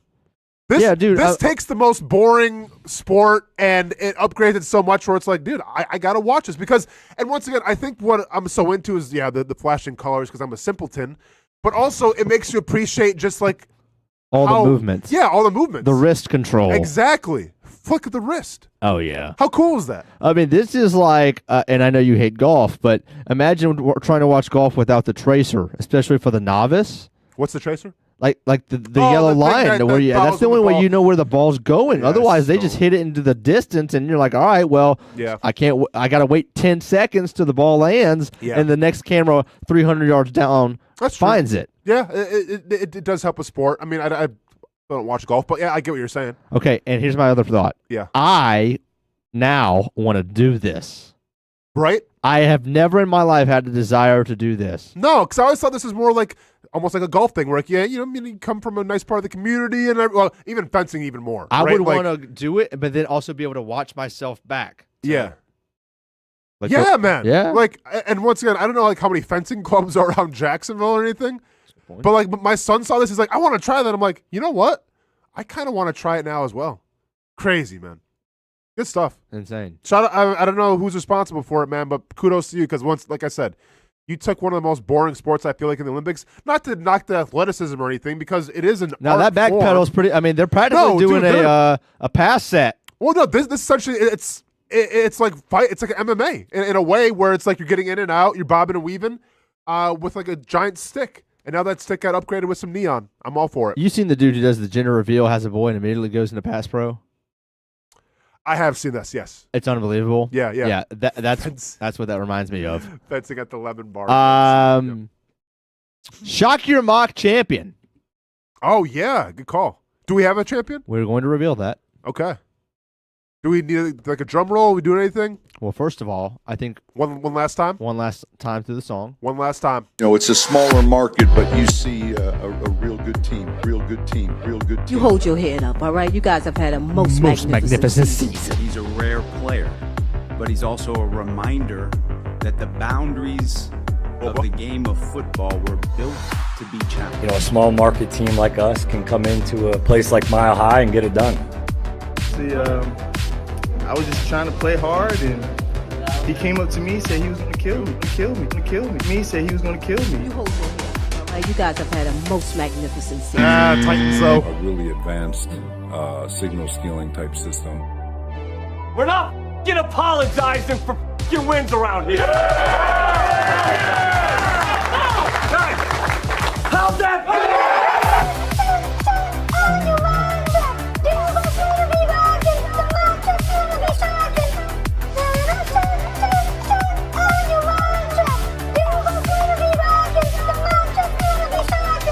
want tough-ass guys, honestly, that love playing football. He said he was going to kill me. Biggest game in the history of the franchise coming up? Yeah. It's GTFO. You want to go to Arby's? It's been fun. K-pop has officially been retired now for Shock Your Mock, and we'll see what we got for next season.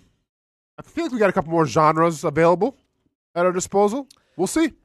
The winner of the 2026 Shock Your Mock social media vote, not our vote, social media vote. Nope. Is at the top. John Kabrinsky won by 5. 5% or just 5 votes? 5 votes. Dang, man. 5 votes. Stop the count. Do we need to do a recount? I think we're all right. Is this Florida? Okay. I will. Josiah might come out and okay. In hindsight, the fact that Banks got drafted 18 makes both of these look pretty silly. Yeah. But again, sure. I mean, we all liked him at the time. Yeah. But especially the unrealistic nature of Kabrinsky getting him at 66. Yeah. A little bit clowny. But hey, can't fault him if that's the way the board fell. If the simulator wanted to simulate, and that's what we got. So, congrats to both guys. Kabrinsky takes it home. Cool. Some kind of prize coming both of y'all's ways. Yeah. Brent will probably eventually have that in the mail in a couple years or so. Yep. So be on the lookout for that. No doubt. Don't change addresses anytime soon. Or yeah, you're gonna have to. It could be a while. DM me or email us. Yeah. For sure. But yeah, thanks for everybody for participating. Right on. Congratulations. Hopefully, a couple of these guys will be drafted by the Jags. Yeah. At some point, obviously not Banks. But a couple minutes left to go on the show. All right, Austin, what do you think is going to happen tonight? I mean, I don't like taking chalk, but like I think the chalk play is that the Jag is going to move up, right? Like it makes too much sense.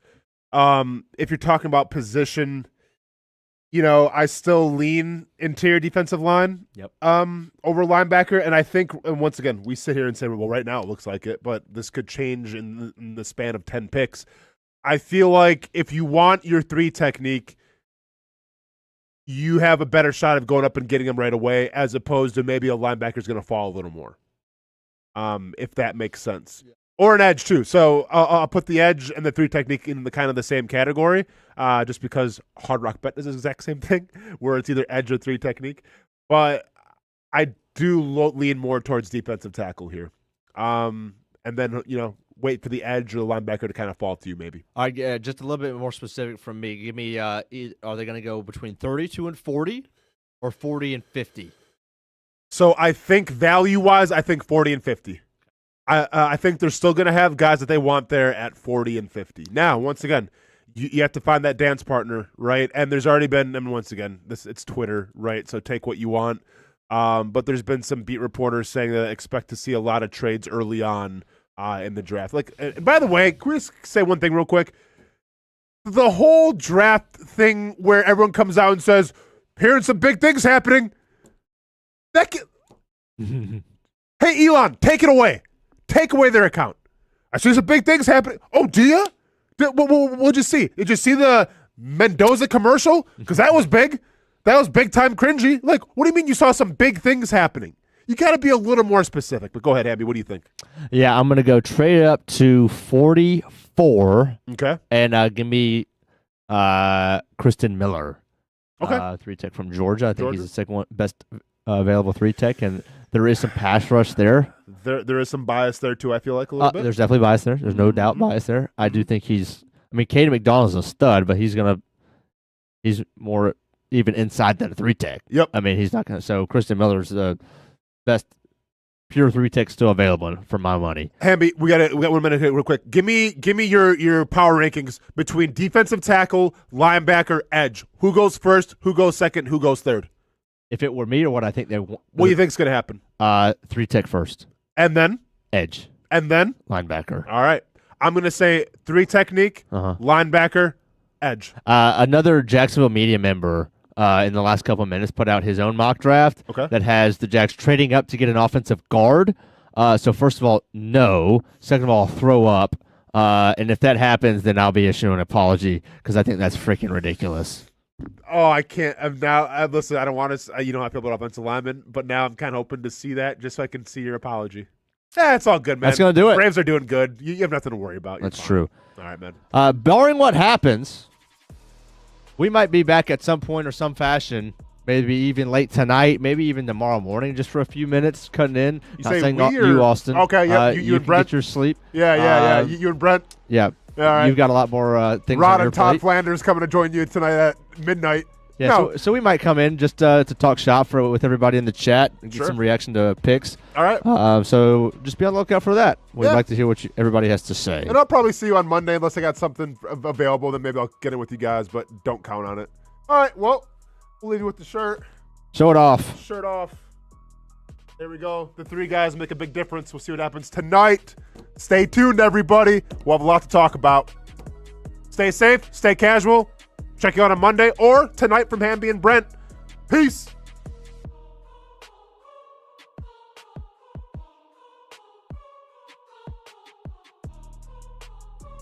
Baker Sports. It's a hometown business filled with hometown people trying to make you feel right at home. Chris Conley, Jacksonville University. Walker Wright, class of 2018, West Nassau High School. Michael Young, Fletcher High School. Baker Sports started in a grassroots way and now outfits much of the Southeast. Samuel Coffrin, Paxton School for Advanced Studies. High school sports, travel sports, youth sports of all kinds.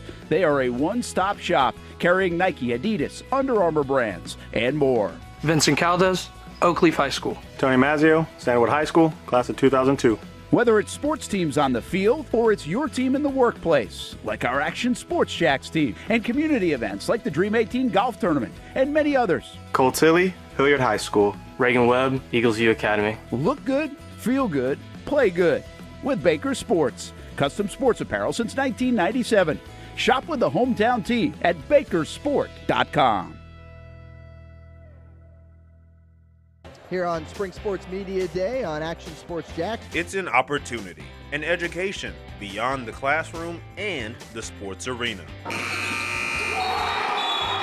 Life skills, testing skills, social skills.